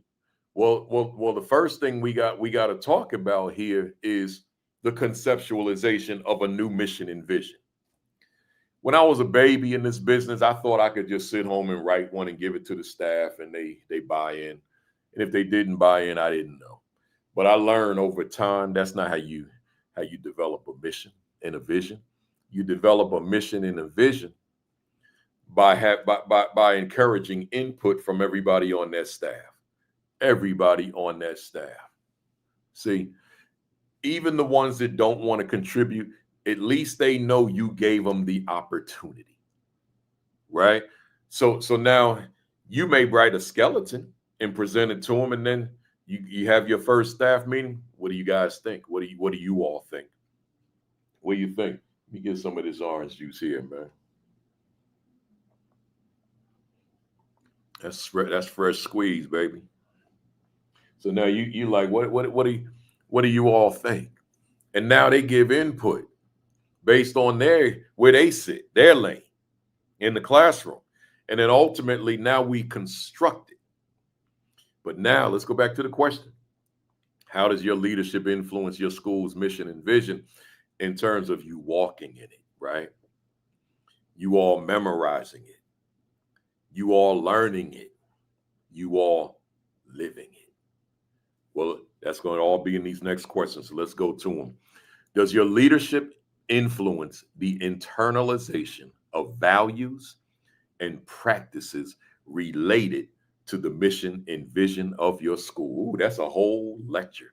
Let me give you that again, though. Does your leadership influence? Remember, we ain't talking about control, man. Notice I haven't even been using that word control. It's in the title, but this is not about control. Does your leadership influence the internalization of values and practices related to the mission and vision of your school? So it's one thing to learn a mission and vision, to recite a mission and vision, and to encourage that we walk and run in the mission and vision. But it's another thing to internalize values and practices that are inherent within the mission and vision. See the mission and vision that could be so vague, just it's abstract, nebulous. It's like, let's go further now. What values are inherent? What practices are inherent? What processes are inherent? What systems are inherent? So let's go back to my Afrocentric school example. I see you, yo, Derek. I see you out there, my brother, Minneapolis. So let's look at that. See, in order to make that work, there had to ultimately be these practices where we're demonstrating a profound pride in being Black. And I know in today's climate, politically, nationally, that's not always something that we can pull off. That's why I don't make that a topic, because we live in a different world, but I digress. So we had these values that there's pride in who we are, because I saw with my own eyes that pride was lacking in a lot of places. So in my eyes, based on my experience with life, if I had children walking into that school, in my case, I'm in a black school in a black city, East Orange, New Jersey, and I had mechanisms in place that the young people felt a sense of pride in who they are, pride in the skin they were born into. Do you hear me? Pride in the skin that they were born into. I could leverage that into that youngster striving to maximize his or her potential. Let me. I got a long message here, so I want to see what it says. I'm just going to read it out loud. I don't know what it says yet because I didn't concentrate on it. But Constance Sherrod said, "Thank you, Principal Kafele. As an aspiring principal, these sessions caused me to pause and reflect. There are leaders who need to be reminded of what we bring to the table." I appreciate that. I appreciate it. And Online Plus LLC also left something long. Giving everyone a voice is powerful. Your staff is happier, builds trust, and they are perhaps no longer afraid to provide input moving forward. Exactly. Online Plus LLC. You got to give people voice. When it's just us, but no one has voice, then it's a one-person show. And therefore, it's a control show. It's not an influence. It's you controlling everything.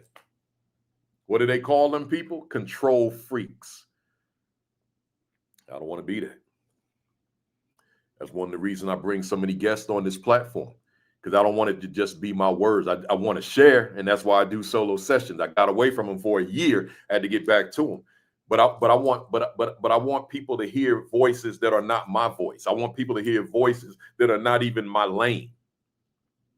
So therefore we lend voice to the platform, as opposed to every time you turn it on, it's Principal Kafele.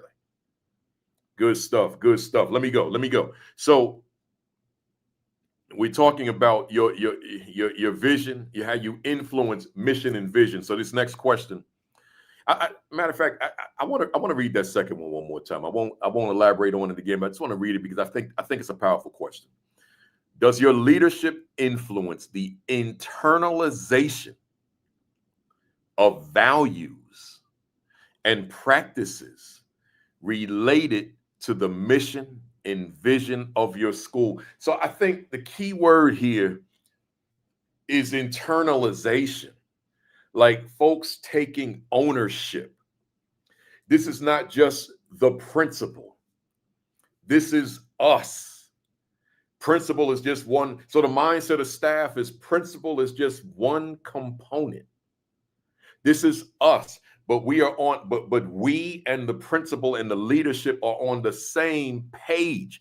So now we are able to collectively internalize certain values and practices related to the mission and vision of the school. That's a lot there. I said I wasn't even going to elaborate again, but it's a lot there. It's a lot there. It's probably a whole session. I'm going to save these. Well, I save all the notes. I got all the notes back from day one of the AP and New Principals Academy, when it was called the Virtual AP Leadership Academy. Number 3, got 4 more. Does your leadership influence translate into your mission and vision being known and embraced by your entire school community? If so, how? If not, why not? Let me read that to you again. Does your leadership influence translate into your mission and vision being known and embraced by your entire school community? Every place I go when there's a leadership audience, I will ask the folks in the audience, does your school know your mission and vision? Does everyone in that building that breathes know the mission and the vision of your school? That is so important. It is not the end all, though, but it is so important that they know it, because we can't walk in something that we don't know. Said differently, we can't walk in something that does not exist. Said differently, we can't walk in something that we don't have. So you want me to do X, Y, and Z. Well, first make me aware of it, right? It's like I went to the yesterday, just to pull an example off the top of my head. Last night, I walked up on a security officer here at the hotel in Vegas, and I said, "Do you have a business center? Because I need to print something out." And he said, "Well, yeah, but it's only open from 9 to 4." I said, 9 to 4. So he said, "Well, I think I'm new here, but I think it's 9 to 4." Oh, so at that point, let's put a pin right there. This was after the Earth, Wind, and Fire show. So we're talking like midnight. So, well, I guess I'm gonna have to just keep the notes on the phone and look at the phone in a much smaller font. All right. But then I said, well, maybe like I do in most of the small hotels, them highway hotels, which is where most of us as speakers stay. I said, let me go to the front desk and just email it to them and they'll print it. So I go there. I said, can I email you something to print? The lady said, well, we have a business center. I said, yeah, but security said it closes at 4. She laughed. She said, no, it's 24 hours. You use your room key to get in. And because I went to her, I have this. And if I did not go to her and believed him, I'd be using this. I would rather have this. In other words, once I knew that there was something that existed, then I could go to the next level and do things I can perform at my best. Well, that's what I'm saying about this question. Does your leadership influence translate into your mission and vision being known, embraced by your entire school community? How am I going to do something that I don't know exists? Or how am I going to do something that I just don't know? Walking into that walking that mission and walking that vision is a powerful walk.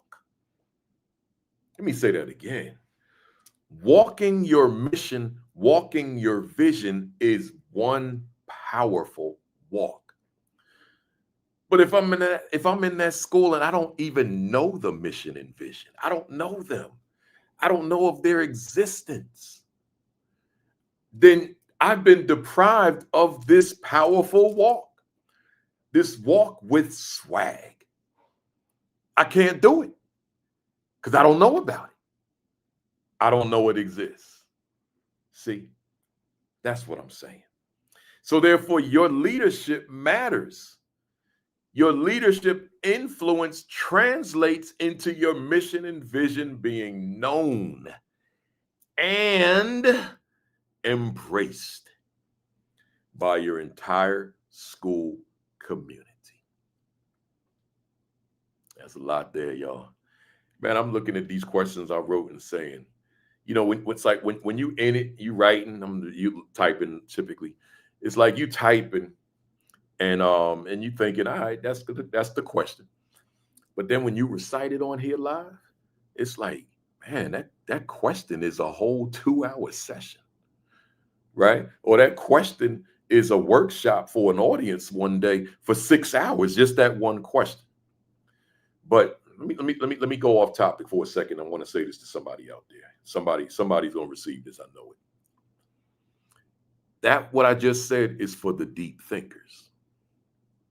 See, if you're not a deep thinker, then you may look at something on a very shallow level. It's on a very shallow surface. But when your thinking is deep, then you could look at a sentence that someone wrote or a sentence you wrote, and then later on look at it a little bit deeper, and you say, wait a minute, this is a whole education. But that's because you use this. See, you got to stretch this. You got to put weight on this. You got to put stress on this. This is how it grows. It's like when you curl the bar for your biceps. If you just do this all day, you'll get bored, but you ain't gonna see no change in your biceps. But put some weight on there. put enough weight where you could only, I'm using my phone, where you could only do like 8 reps smoothly. And by the 8th rep, now you feel some stress, you feel some strain. And then by 10, you're going like this here. Right? That's when you know that's the weight you need to use. Well, the brain works the same way. You got to challenge it, man. You got to put some weight on it. You got to put some stress on it. And that's when that brain starts start growing and expanding. And then things you thought was deep, they ain't as deep as you thought, because now you could take it deeper. Enough said. Next question. Got 3 more. Is your mission and vision recited by your school community daily? If so, I got an interesting question for you. Why so? Typically, I say, why not? Here I'm saying, why so? Why do you have your school recite the mission and the vision every day? That's what I did every day. Why so? Because I wanted, for multiple reasons. Let me give you this one. I wanted to have a space in the morning when we were of one collective mind. So the whole school, or throughout the building, all of us, our mind is on the mission and the vision. But secondly, I just wanted us reciting it to remind us this is why we walked into this building today, toward the fulfillment of this mission and the fulfillment of this vision. That's why we walked in. So every day, there'll be no instruction without the recitation of the mission and the vision. But it's also great practice before staff meetings, before assemblies, before parent meetings, before principal meetings, before any time you bring a group together. Let's focus on the mission and the vision first. That matters. 2 more. Number 1, does your mission and vision drive the work in your building? Does your mission and vision drive the work in your building? So in other words, here's how you measure that. Look at every move you make throughout the course of a day and ask yourself, how does what I just did correlate with the mission and the vision? You moving about and you ask yourself, how does this correlate with the mission and the vision? How does this correlate with the mission and the vision? How does this correlate with the mission and the vision? How does that correlate with the mission and the vision? You got to keep asking yourself all day long, how does it, so because you might be doing things which are time wasters, right? It's just a waste of time. Like, why am I doing this? So you got to ask yourself, what does this thing I just spent 30 minutes on have to do with the mission and the vision of this building? It could be the misusage of time. It could be poor planning, poor organization, poor time management. And now you're doing things that don't move the needle. You got to ask yourself, what does this thing that I just spent all this time doing, how does it correlate with the mission of my school and the vision of my school? And I'll add a piece. How does it correlate with the mission of my leadership and the vision of my leadership? I might even add one more, the purpose of my leadership. I might even add one more, the passion of my leadership. I got one more, y'all. Do your students and staff walk in your mission and vision? And what level of influence do you have in them doing so? Do your students and staff walk in your mission and vision? And what level of influence does your leadership have? It matters, y'all. It matters. Your leadership influence. It matters. So everything I said for these past 2 hours talked about, which was inclusive of that long monologue I did this morning. And by the way, y'all, make sure you check out that monologue. Right, the monologue, like I used to do the monologue in the earlier days and didn't give it a lot of thought in terms of its impact. Just did them, but now the AP New Principals Academy, the session and the monologue are equals. I put a lot of time and energy into preparing the monologue now. I used to just wing it. I get on here, I had a title, and I just wing it. I don't do that anymore. I spend more time. There's a lot of time I spend preparing, but then this extra time I prepare for the monologue because it's important. I'm just trying to help folks become better at what they do, whether it be me or through the folks I bring on as guests. So with that said, let me say this to you before I close out, y'all. Next week, we're going to talk about how does my leadership influence my school's climate and culture?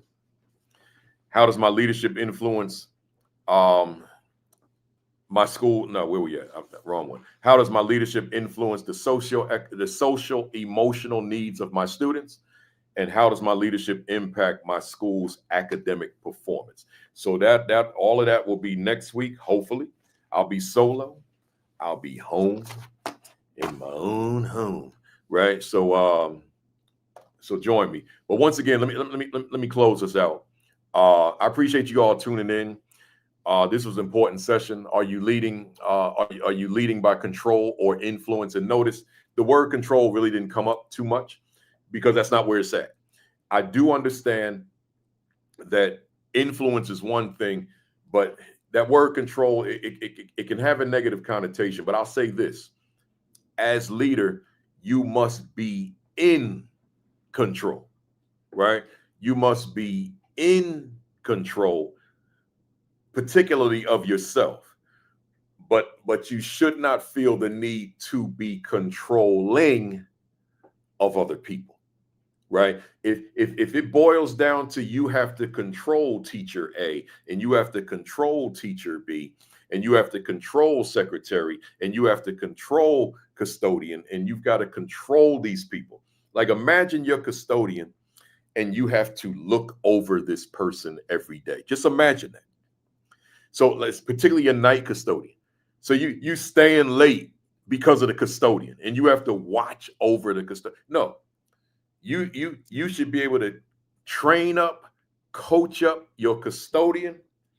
There's accountability there as well, but there's this thing called influence. And this person does the job at a high level because of your influence.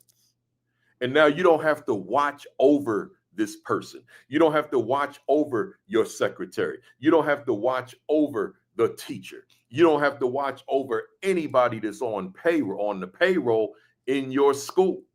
Oh, I forgot, y'all. Yeah, give me those emojis, y'all. I forgot to ask y'all that.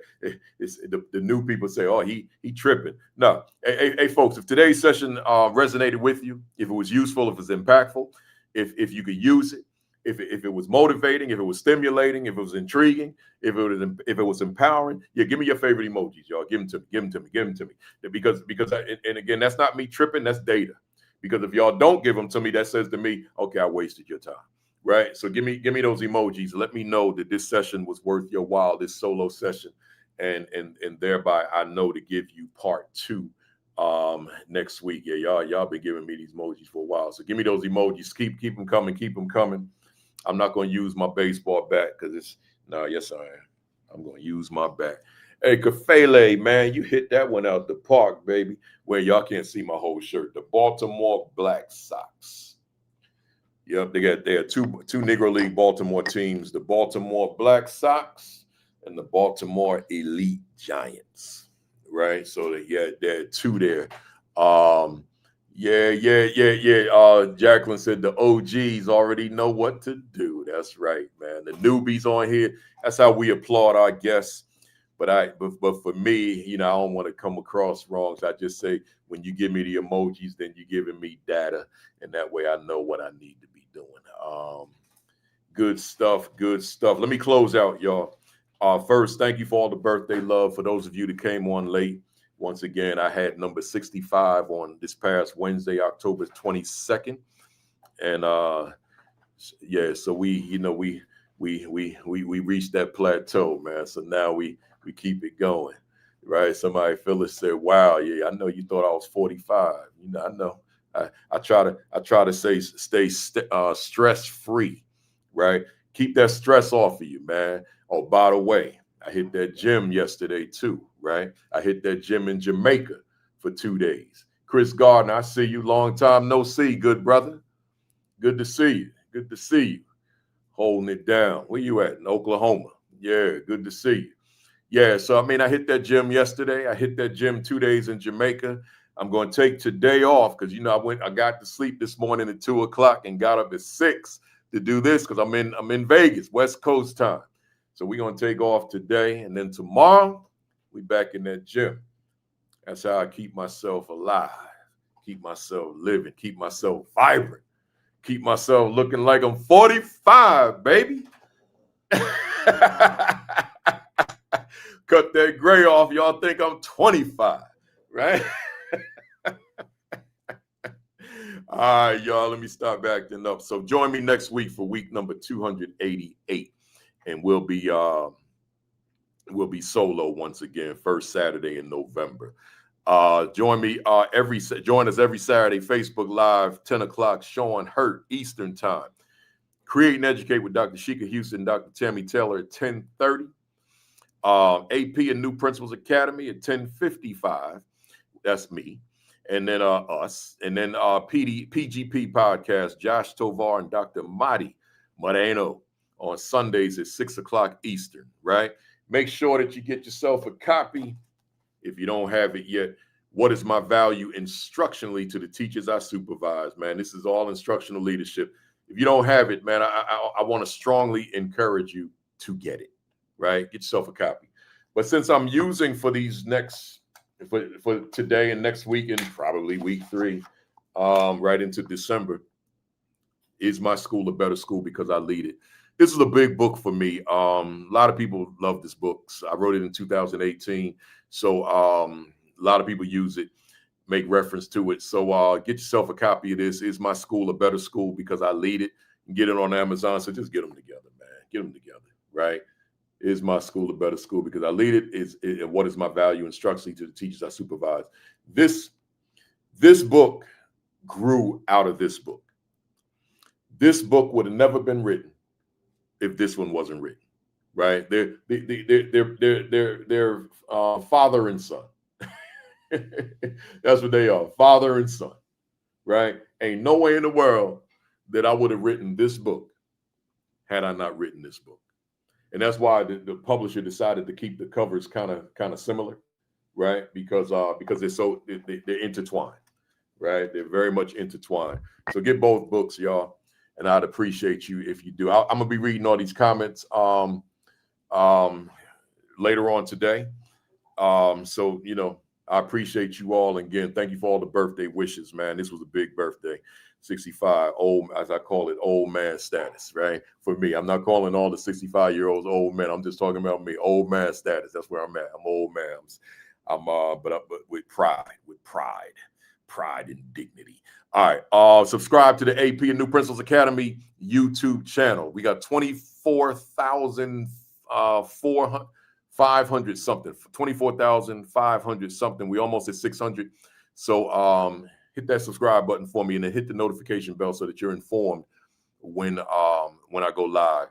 Y'all notice I've been rocking for 2 hours because there's no armrest here, man. So I just been rocking, man.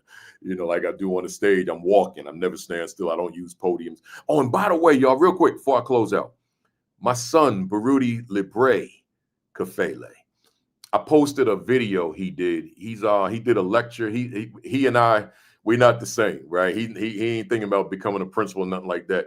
The similarity is he's a speaker. So he did this lecture called Why? Let me find it.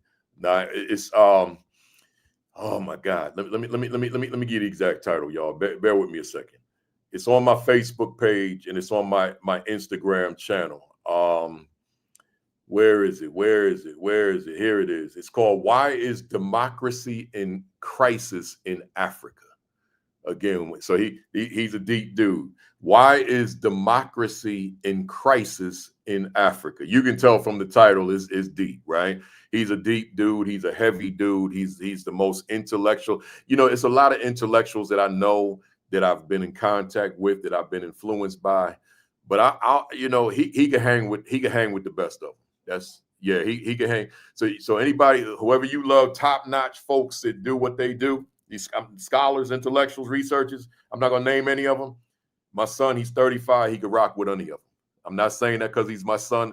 I'm saying it because when I talk to him, me and my wife, we usually got to tone him down because we don't know what the heck he's talking about, right? He's that deep. So check that. It says 42 minutes on the YouTube channel, but it's actually 22 minutes. They posted it twice in the same video. So check that out. And I'm sure you'll say, oh my God, he's amazing. I'm sure you'll say that, right? So check that out. You can go to my Facebook page or my Instagram page, and please check that out, right? Other than that, y'all, I appreciate that, Sonia. I got it. Bam! Right? I see y'all next week. Make sure you get that diet in, your exercise, and your virus precautions, man. People are sick out here, right? So make sure you getting that done too. With that being said, y'all, have a great week. Have an extraordinary week. Have your best week yet. Peace.